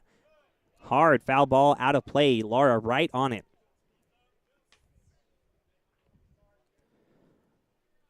Laura, as we mentioned, 0 for 2 with 2 strikeouts, but one of the most dangerous hitters in the league. Leads the CWL in batting average, .483 coming into today's playoff game. Has not looked comfortable against Landazuri, trying to change his fortunes against Knight. The kick and the fire home. Laura towards third, under the glove of Bliscoe into left field. At the most inopportune time, the defense lets down the Lumberjacks, who lead the league in fielding percentage. But they now concede a run as the Blue Sox lead 4-2 in the fifth, with Bryson Gandy at the plate. Still 2 runners on and nobody out. Well, they haven't thrown the error on the scoreboard yet. It's definitely going to go down as one and no RBI. And it did take a very tough hop at the very end, but Bliscoe just has to get his body in front of that. At the very least, let it hit off your chest to avoid the run scoring. Tyler Knight wants a new sign from the catcher Wheeler, and now time called at the plate.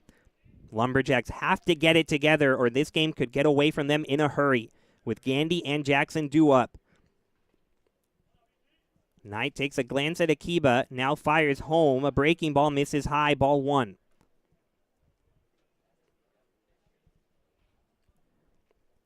Two singles and an error have allowed a run to score for the Blue Sox, adding to their lead. 4-2 now in the bottom of the fifth.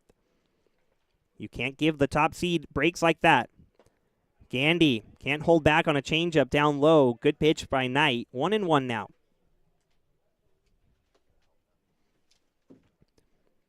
Gandy 0 for 2 so far. But a sharp line drive to left. He has been right on some of these pitches. A dangerous hitter for the Blue Sox from the left side. Points his bat straight at the pitcher Knight before loading. And here he goes, the 1-1. Takes it low and in, 2-1.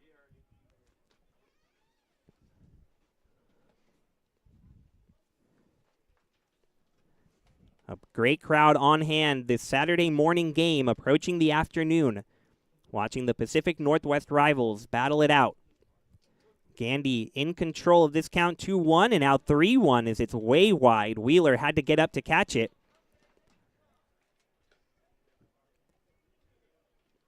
Bryson Gandy, 25 years old, went to Valdosta State University and has experience in the Minnesota Twins organization. Drafted in the 32nd round of the 2019 MLB draft. So you don't want to mess around with him, and he has a 3-1 count, 2 runners on, nobody out. The 3-1, very generous call tonight to make it 3-2. Our zone shows it was off the corner, but Knight looks to take advantage, takes a walk behind the rubber and resets. Let's see if the runners take off. Akiba at second, Lara at first, nobody out, and a 3-2 count. Blue Sox up 4-2 in the fifth. Runners don't go, and the 3-2 misses up and away. Ball 4. Bases loaded. Nobody out for none other than Deontay Jackson. Well, obviously nowhere to put him, and Tyler Knight's going to have to settle down and settle in a hurry. because the Blue Sox are one swing away from possibly ending this. And the manager, Jimmy Johnson, having a long conversation with Jackson before he heads to the plate. Johnson, a very experienced manager, currently works for the Boise Hawks, but he has managed at the minor league level, spent time with the Houston Astros and Colorado Rockies, so let's see what he told Jackson. Bases loaded, nobody out, 4-2 Blue Sox lead. The first pitch to Jackson, line drive back towards center, down for a base hit. Akiba scores, Laura held up at third. So the merry-go-round will continue as Deontay Jackson drives in a run now, 5-2 Blue Sox. And if I had to guess, I would think the message from JJ in the third base coach's box to Deontay was, stay relaxed and don't overthink it. And boy, that was a mistake from Knight. Giving Jackson a straight fastball, even anywhere near the strike zone, knowing how aggressive he is, great job by Jackson. Bases remain loaded, nobody out. Blue Sox up 5-2 in the fifth. Knight in a lot of trouble. The first pitch to Morton, up high, ball one. 2 runs already across for the Blue Sox, who now lead it 5-2 here in the fifth. Lumberjacks were perhaps a hit away from taking the lead in the top half, and the Blue Sox have turned it all the way around. The 1-0 to Morton, a wave and a miss, 1-1. This inning all began with a Samuel Rowan single. Akiba, the pinch hitter, followed up with a single, knocking Landazuri, the starter, out. And now Knight has inherited the jam, and he has not gotten out of it yet. The 1-1 to Morton, line straight back. Well, Morton got a pretty good pitch to hit, just ended up hitting it foul. He's got to get something into play. The middle infielders are still playing back to turn 2. You obviously don't want a double play, but any way to get another insurance run to make it a 4-run lead. The lefty Morton looking awfully comfortable today. Already a base hit on the afternoon.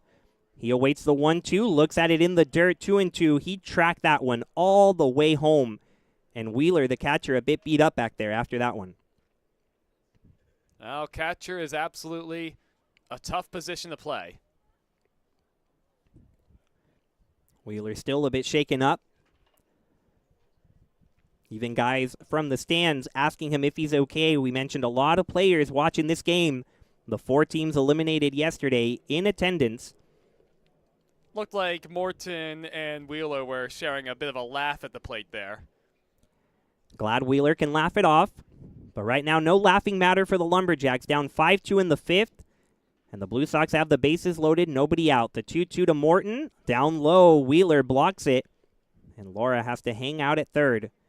Great job by Wheeler after being hurt to block it anyway. That's what catchers do. But Knight now, a payoff pitch, 3-2, with nobody out and the bases full of Blue Sox. A deep breath from Knight, who sets the glove in front of his face, now kicks and fires, low, ball 4. Base is loaded, walk, and bring home another. Blue Sox 6, Lumberjacks 2. As this inning really getting away from the Lumberjacks now. And it looked like Knight was just trying anything he could to get it anywhere in the strike zone, ended up missing anyway. That's a lonely feeling when there's nowhere to put a guy and you're not quite sure where the ball's going. And credit Morton for not chasing anything. He made Knight work for every inch, and he did not give it up. A bases-loaded walk to make it 6-2 Blue Sox and a visit by David Peterson to the mound. And this is just to get the next reliever up and loose. Looks like that's Shinichi Suzuki in the bullpen. Looks like if anything, Reckers is going to start throwing again in the Blue Sox bullpen. He stopped initially, but with how long this inning's gone, I guess any reliever has to get hot again. Yeah, and a great moment during this long visit to remind you to keep up to date with everything California Winter League by following us on social media. You can find us on Facebook and Instagram at California Winter League and on Twitter at Cal Winter League. You can also visit our website at CaliforniaWinterLeague.com. If you happen to tune in, you might find out that the Blue Sox have won 13 in a row. They have gotten here to the American Division Championship without a loss since January 26th, and they are looking good to keep it going. A 6-2 lead in the fifth, bases loaded, nobody out for Taylor Maldonado. Into the windup goes Knight, and he misses outside with ball 1. 1-0 to Maldonado, who is 1 for 2 with an RBI double earlier today. He tied the game at 1 back in the second inning, and it's been all Blue Sox since. The 1-0 to Maldonado, blocked by Wheeler, but another ball, 2-0. This might be the last one, maybe two hitters for Knight, especially if he's not able to record any outs. I would think Suzuki's got to be close to loose at this point. Knight came into today 1-1 with a .43 ERA, but 12 walks in 16 innings have done him in. Misses wide with this one, 3-0, not getting the benefit of any calls now. 3-0 to Maldonado, bases loaded, nobody out. Already 3 across for the Blue Sox here in the 5th, and they lead it 6-2. Gandy at third, Jackson at second, Morton at first. The 3-0 to Maldonado, way outside, ball 4. Another run will cross the plate for Washington, a 7-2 now lead for them. And we'll see if Suzuki enters. No action yet. As Catalano, the new hitter, bases loaded, still nobody out. Well, David looked like he took his hat off looking to the bullpen, I guess looking for a sign, and the guy protecting tipped his cap back.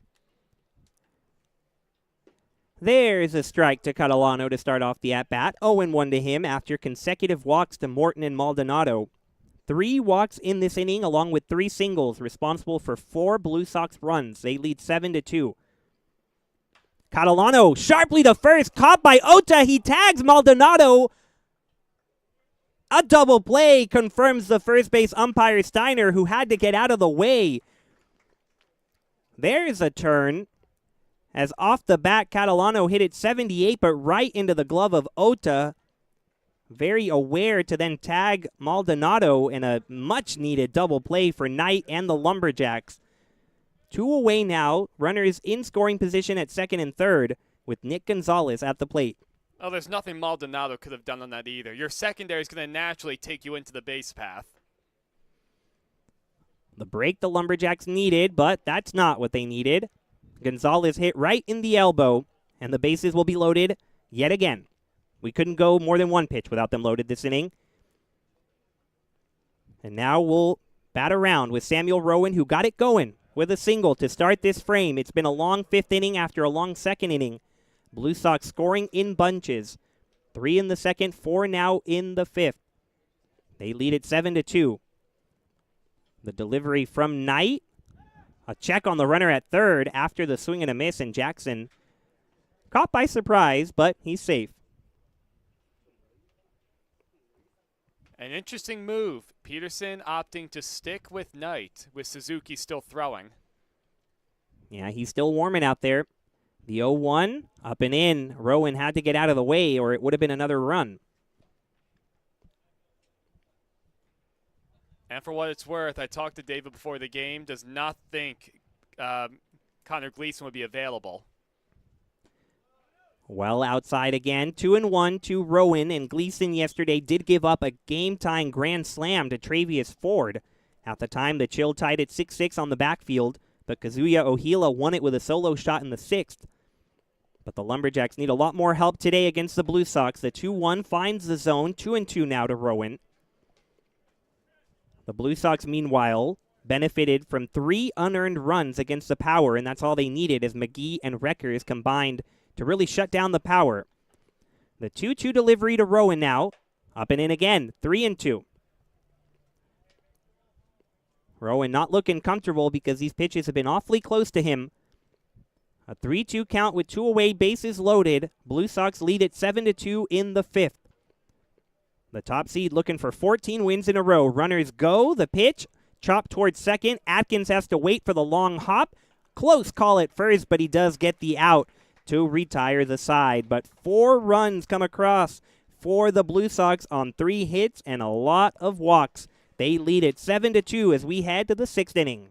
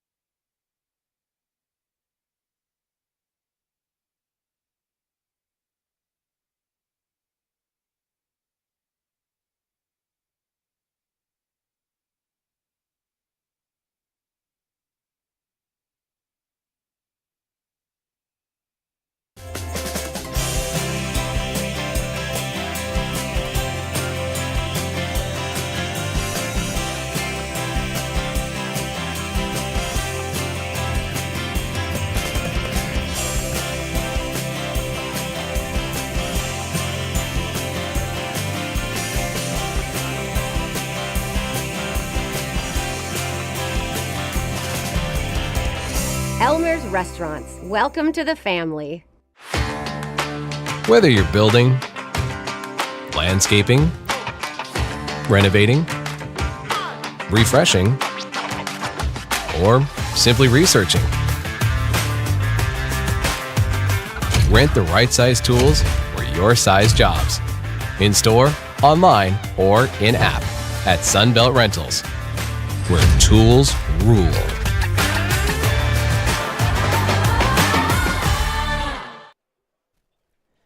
Top of the 6th inning here as the Washington Blue Sox lead it 7-2 over the Oregon Lumberjacks.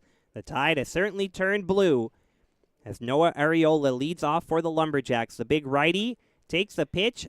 A strike called from Roger Motley III. He remains out there, the workhorse, working around a lot of trouble early. A bases loaded jam as he misses outside ball one. 1-1 to Arriola. But it is just truly unbelievable what Motley is doing right now. He threw 109 pitches on Tuesday in a complete game effort, 1 run allowed against the A's. And here he is on Saturday into his 6th inning of work. Beautiful change up there. Gets Arriola to swing over the top. 1-2 to Arriola. And I think just with the 4 spot that Washington put on the board, JJ's a lot more comfortable now putting Motley back instead of feeling like he has to put Reckers out. Goes right back to that pitch. This time Arriola lays off 2-2. It's been mostly fastball curveball for Motley. Does have a changeup that he mixes in occasionally, but he hasn't needed to. His defense has stepped up, and he's gotten some big pitches in big moments. Has a 2-2 count on Arriola. Kicks and fires.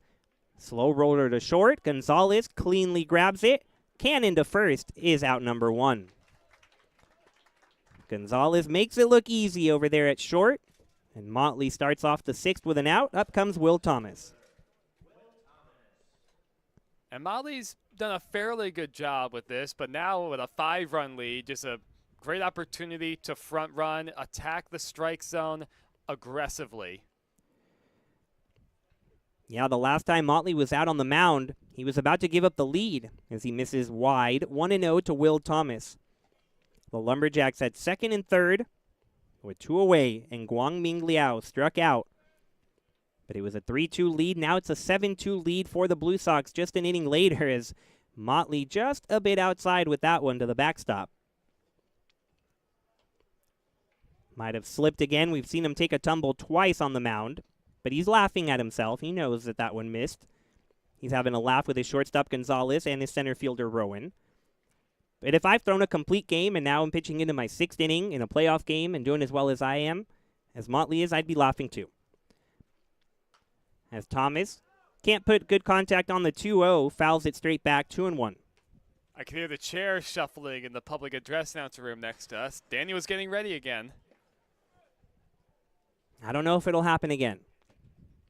Once was cool for Danny to catch it. Can it happen twice? We've only got 3 games left. This semifinal, the Bombers and the Grizzlies later today, and then the championship tomorrow. That's where these teams are trying to get. It's the 2-1 to Thomas. Located on the inner half of the plate. Thomas bewildered by that call. And these Lumberjacks have been pretty confused all morning. And right as I say it, it is 12 o'clock on the dot. So now, afternoon. As the 2-2 from Motley bounces in the dirt, 3-2. Maldonado needs to just set up right down the middle, go with a fastball, and whatever Thomas does with it, he does with it. Sometimes that's the approach you need when you have a 5-run lead. You can't give Motley any added momentum. The payoff pitch to Thomas. Beautiful breaking ball, draws a swing and a miss. Thomas could not hold back, and Motley gets his 6th K of the afternoon. Well, and Motley fooled me about as much as he fooled Will Thomas, which was quite a bit, going to the breaking pitch. Granted, it's been his best pitch the entire day. And now Chris Bliscoe at the plate with 2 away, nobody on. Blue Sox lead it 7-2 here in the 6th. Bliscoe not a fan of that first pitch strike, and he was not a fan of the strike call that ended a bases-loaded threat back in the 4th. He was really fighting a good at-bat, but he was sent back to the dugout by the home plate umpire Boucher as he takes this one low. Ball 1-1-1. So he's 0 for 2 with 2 strikeouts, but really hard to blame him for the previous one. As he awaits the 1-1, stares at it in the dirt, 2-1.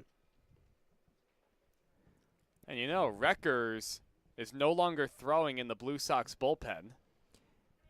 If you can manage to rest David Reckers for a potential championship tomorrow, the Blue Sox will be sitting awfully pretty as the 1 seed. The 2-1 misses just a bit outside, 3-1.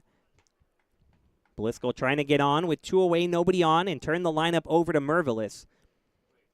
Blue Sox up 7-2 here in the top of the 6th after 4 runs in the 5th. Motley's 3-1, a looper, catches the corner, 3-2, and Bliscoe has to be beside himself now. Everything he takes seemingly going against him, but Motley's had that curveball working. The 3-2 count with 2 out, nobody on. This time, the breaking ball misses high. Motley falls for a 3rd time off the rubber, and the Lumberjacks do get the 2-out walk.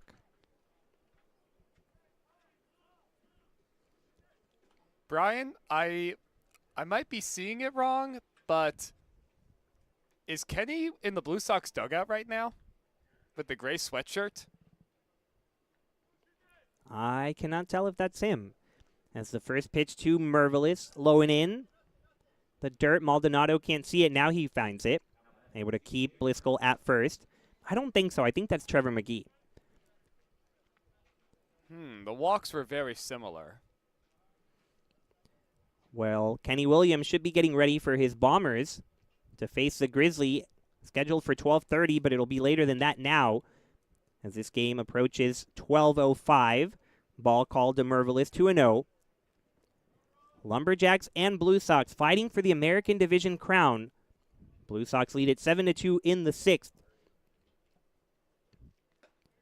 Curveball lands in the zone, and you can hear the infielders behind Motley saying, there it is, that's where you want it. Great encouragement for the 6'3 lefty from Detroit.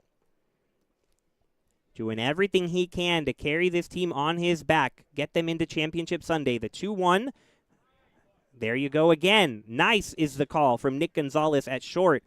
The sharp breaking ball makes it 2-2 with 2 away, runner at first. Mervelis at the plate. It has not been a marvelous day for C.J. Mervelis. 0 for 2 with a walk. The 2-2 to him now. Tries to go with 3 straight curveballs. This one misses just a bit outside. 3-2 now. But always fun to hear the defense chiming in for the pitcher. Well, and if Motley puts Mervelis on, will JJ make the move to Reckers? Runner Bliscoe will be off with the 3-2. There he goes, the 3-2, a curveball outside, ball 4. Motley was ready to march into the dugout, but Mervelis removes his shin guard, hands his bat off to Brandon Fields, and will take first with 2 away. Runners at first and second for Lyoya Enomoto. That was close. It was barely above the box. And JJ did not flinch from his chair position by the dugout. First pitch to the lefty Enomoto finds the corner, 0-1. Motley given a chance to finish it out here in the 6th.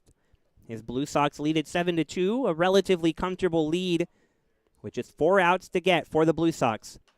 Goes with the fastball. It is sharply hit foul. 0-2 is Enomoto behind now. He has put some good contact so far today. A single back in the 3rd, reached via the air in the 5th.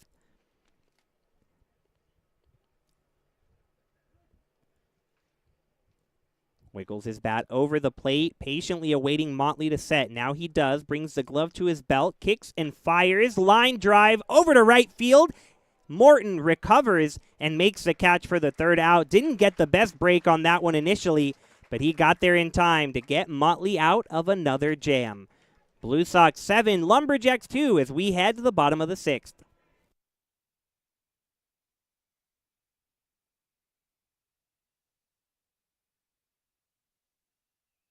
Outdoor living in the Coachella Valley is spectacular, and Tessera is the premier builder of outdoor living spaces in the desert. Nobody does it better than Tessera. From one end of this valley to the other, from Palm Springs to Rancho Mirage, Palm Desert, to Indio and La Quinta. For 35 years, we've created the ultimate in outdoor living, landscaping, pools, and patios, so you and your family can enjoy each other. Live well. Live to Sarah.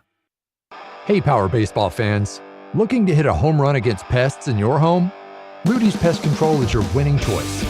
Rudy's Flex 80/90 Pest Control Plan offers effective and affordable protection with just 5 visits a year instead of the usual 12, so you'll have more time to do what you love.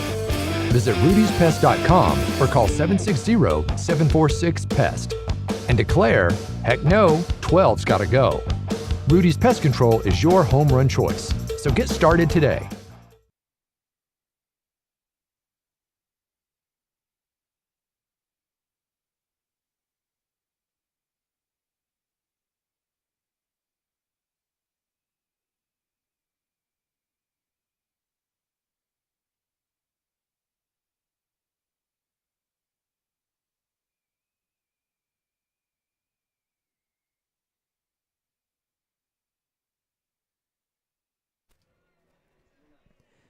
The Washington Blue Sox lead at 7-2 here in the bottom of the 6th inning.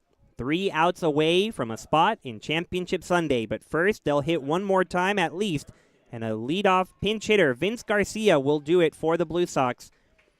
He is hitting for Keisuke Akiba, who he himself hit for Michael Bucchino. So the third hitter we've seen in the 3-hole. Against a new pitcher, Shinichi Suzuki misses away, ball 1.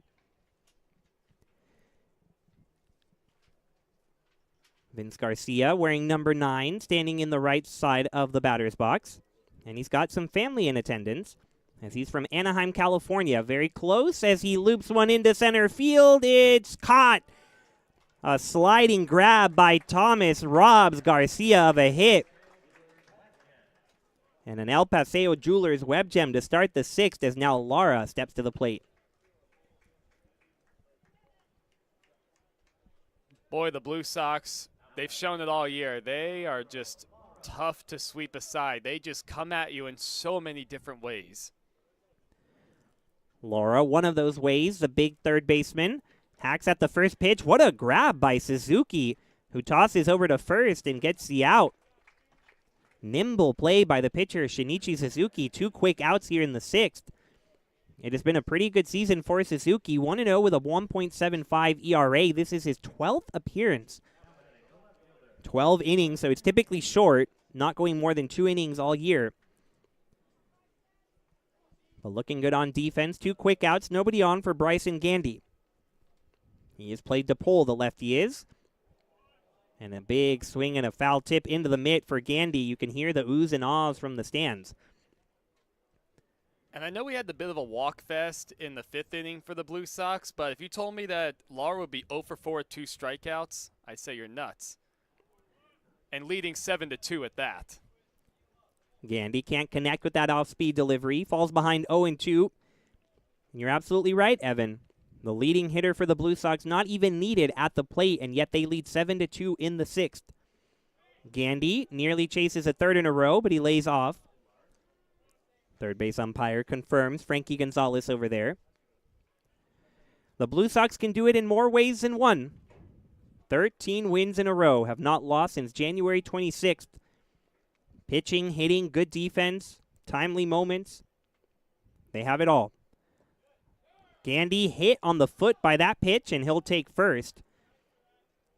So an uncompetitive at-bat at first turns into Gandy at first with the hit by pitch, and now you give Jackson another chance to hit, and look at his bright smile as he hands off the shin guard to Garcia. I think Deonte's going to try to go deep. He's already done it once this year, and I would like to point to that moment as the moment that turned this season around for the Blue Sox. They were 0-2. They had not scored a run in their first 2 games, if you can believe it. As Jackson mashes it to left field. Will it stay fair? No, it will not.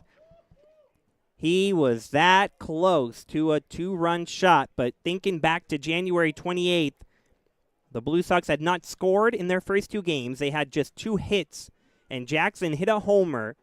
The Blue Sox went on to win that game, and they have not lost since. Action Jackson, very responsible for this turnaround. As after that long foul ball, the 0-1 to him misses outside 1-1. Deontay nearly made a profit out of me. Almost. Jackson from Oakland, California, 32 years old. Played football at the University of Oregon back in the day, then transferred to Whittier College. But he is back here playing baseball. He's a coach in the offseason as he puts everything into that swing and fouls it back 1-2. Yeah, he heard the grunt from up here. He gave that one a good rip and fouled it straight back. Yeah, he puts everything into it. Has his own coaching business and is here playing to have some fun. And the 32-year-old has had some fun. His Blue Sox lead at 7-2 in the bottom of the 6th, 3 outs away from a championship appearance. Jackson can't connect with that one. The throw to second, no one was there, but it doesn't matter as Jackson strikes out at the plate. So Suzuki works around the hit by pitch and sends us to the 7th inning. Blue Sox 7, Lumberjacks 2. Lumberjacks need 5 to keep it alive.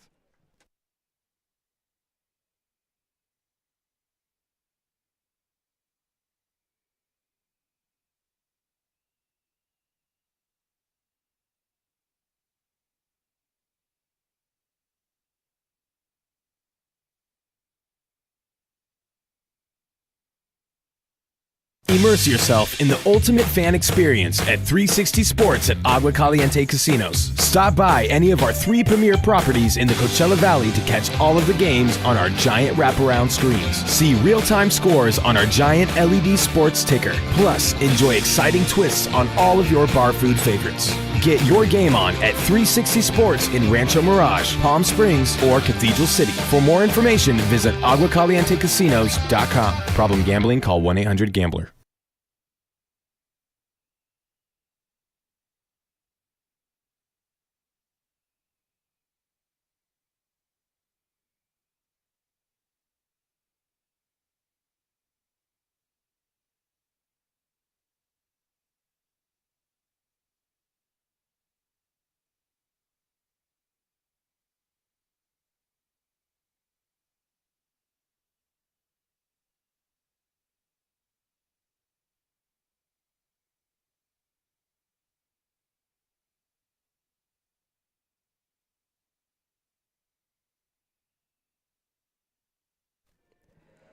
It is time for the top of the 7th inning in Palm Springs, California. The Washington Blue Sox lead it 7-2 over the Oregon Lumberjacks, 3 outs away from a championship appearance tomorrow afternoon.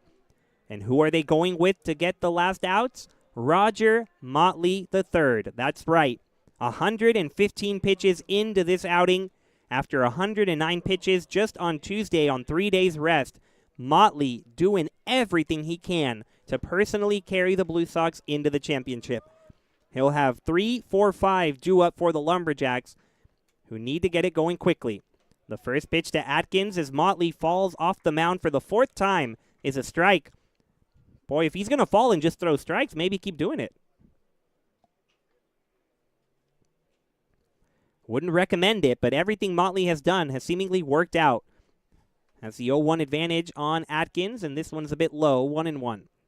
Who do you think will win the next game between the Bombers and Grizzly? Well, they've both been here watching this game and getting ready for their own ball game, and that's going to be a great one.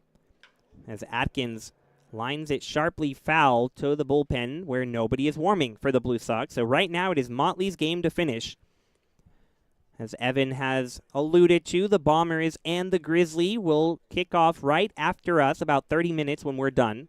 That's the International Division Championship, but here the American title on the line. Slow roller to third. Lara bobbles it, throws to first, and he still gets him. A rocket from Lara at third, and he gets Atkins for the first out. It's going to be a really good matchup the next game, too, with Brendan Knoll and the Yura Kobayashi.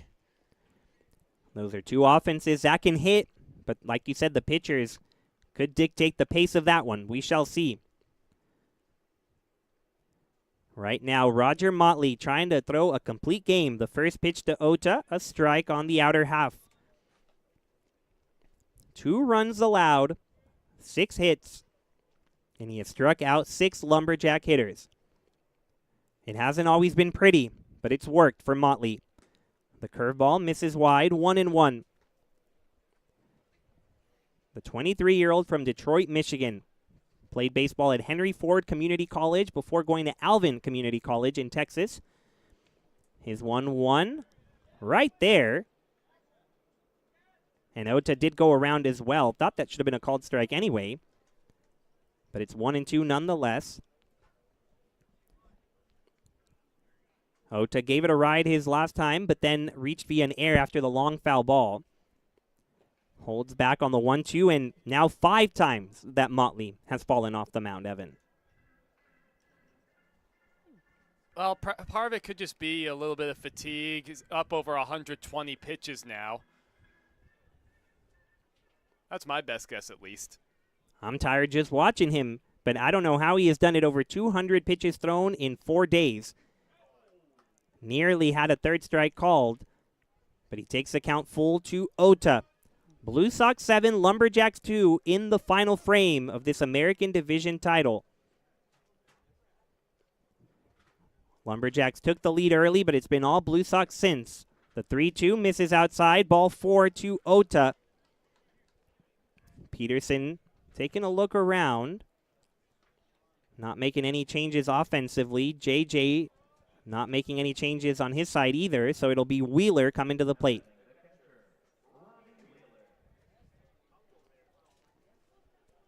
I mean, I would think another base runner, maybe 2, if Motley allows it, then you have to get Reckers in the game. But JJ proved me wrong last inning with Motley able to work out of some trouble.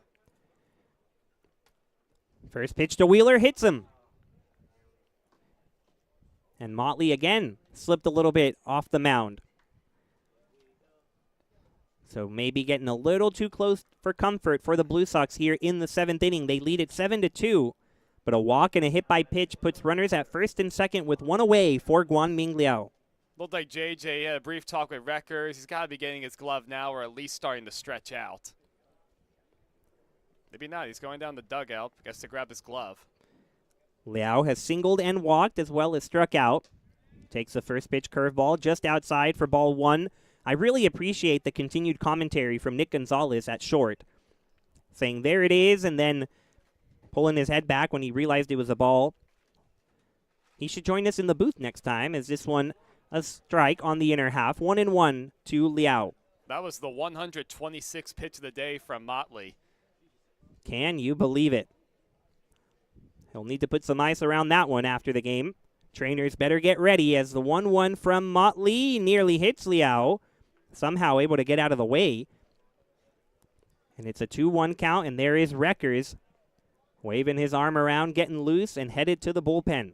I'm surprised he wasn't getting up even after the first guy got on base. I think Maldonado needs to call time just to make sure David gets ready. Wind beginning to pick up just a little bit, blowing towards left. That's the 2-1 from Motley. Check swing. He went around, says Max Steiner. Liao not thrilled. But the count now even at 2-2. Ota at second, Wheeler at first. A walk and a hit by pitch. Blue Sox 7, Lumberjacks 2 in the 7th inning. Blue Sox 2 outs away from a championship appearance. The 2-2. Line to short. Gonzalez leaps to make the catch. Big round of applause from the crowd here at Palm Springs Stadium. And now one more out needed for the Blue Sox. It looked initially off the bat that that ball would be able to get into left, but just too much off the end for Liao, and Lara, very good anticipation, able to get to the spot. First and second, 2 away now. Blue Sox still up 7-2, and Noah Arriola, the last hope for Oregon. The first pitch to him, a curveball, strike 1. That has been the recipe for success for Motley. Once he found a way to get the curveball in the zone, it has been all Blue Sox, 7-2. Arriola lifts this one to center field. Rowan giving chase, turning around, and he has to play it off the wall. 1 run in, Wheeler chasing him and scoring from first. A 2 RBI double for Noah Arriola, and the Lumberjacks aren't done yet. That ball exploded off of Ariola's bat, one-hopping the wall. I can't believe it carried as well as it did. And now Jimmy Johnson, the manager, making a slow walk out to the mound. Is it finally the moment that Motley heads to the dugout? 6 2/3 innings after a complete game earlier this week, but no signal yet. I mean, you got to take him out now, right? Oh, my goodness. He has not taken him out. Okay.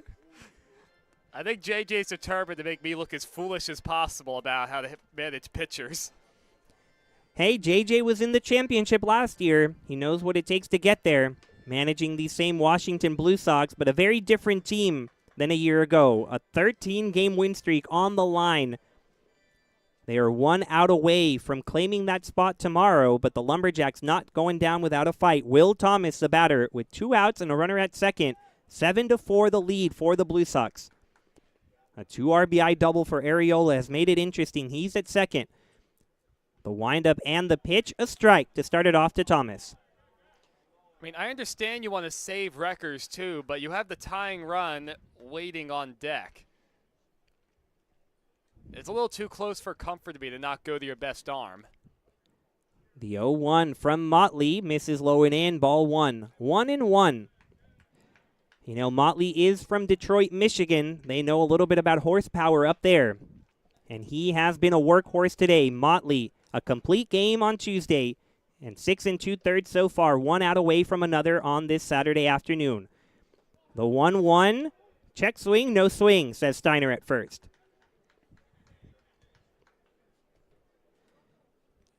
This has got to be the last hitter for Motley. I would think if the tying run comes to the plate, then Reckers will come in the game.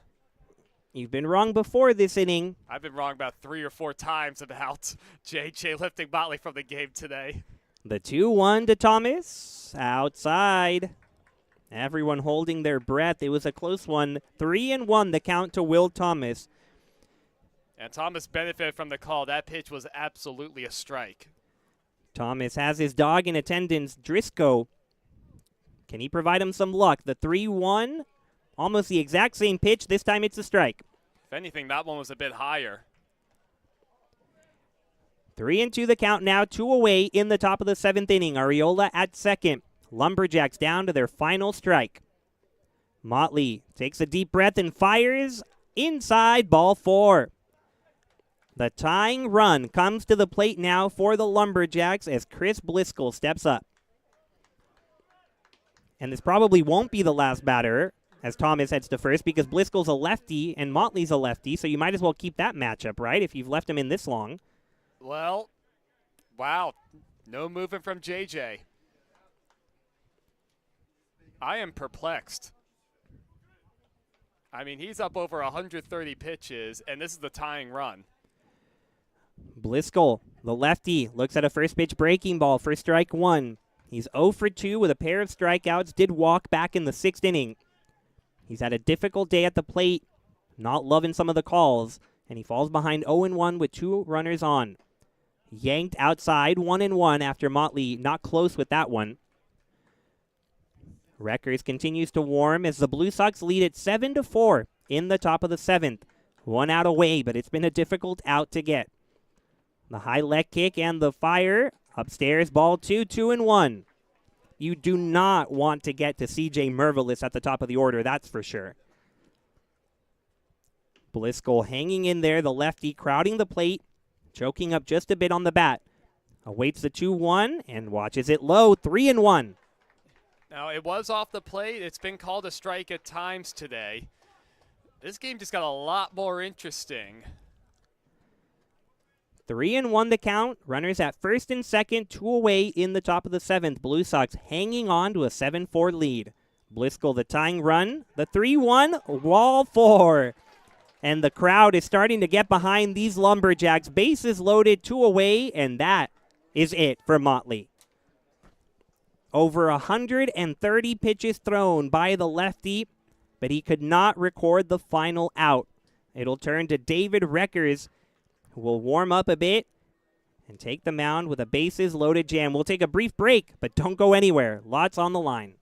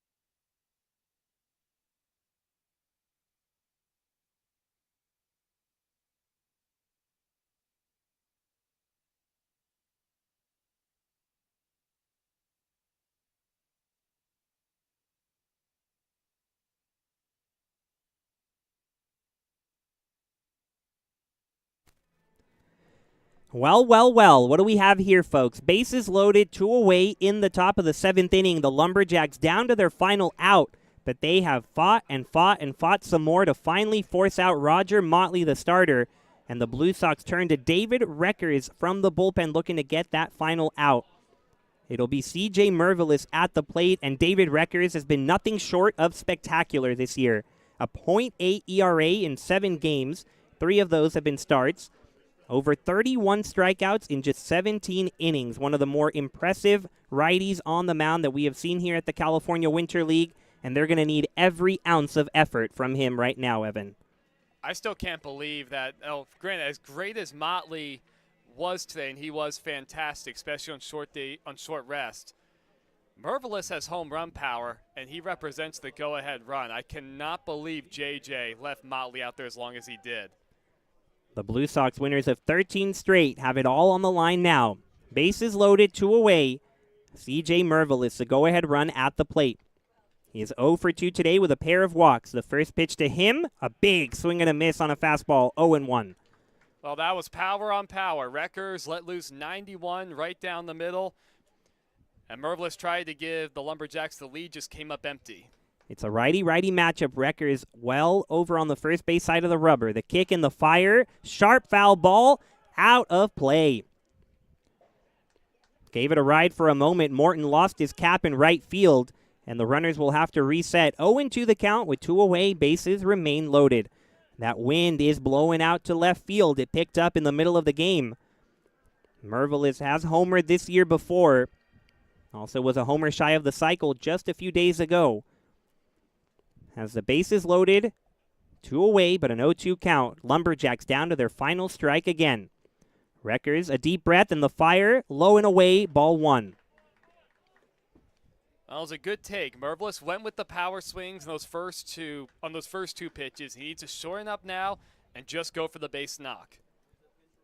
Reckers has his sign from Maldonado. The windup and the pitch gets past the catcher Maldonado, but Arriola doesn't come from third, and now the runner at second is hung out to dry, but he'll go back safely.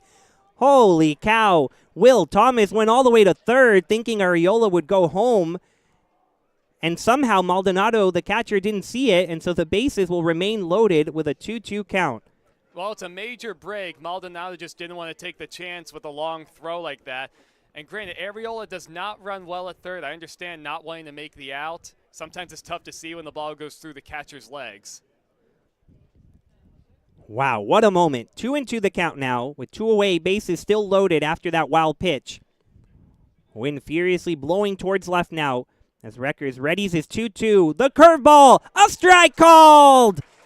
And the Blue Sox are headed to the championship.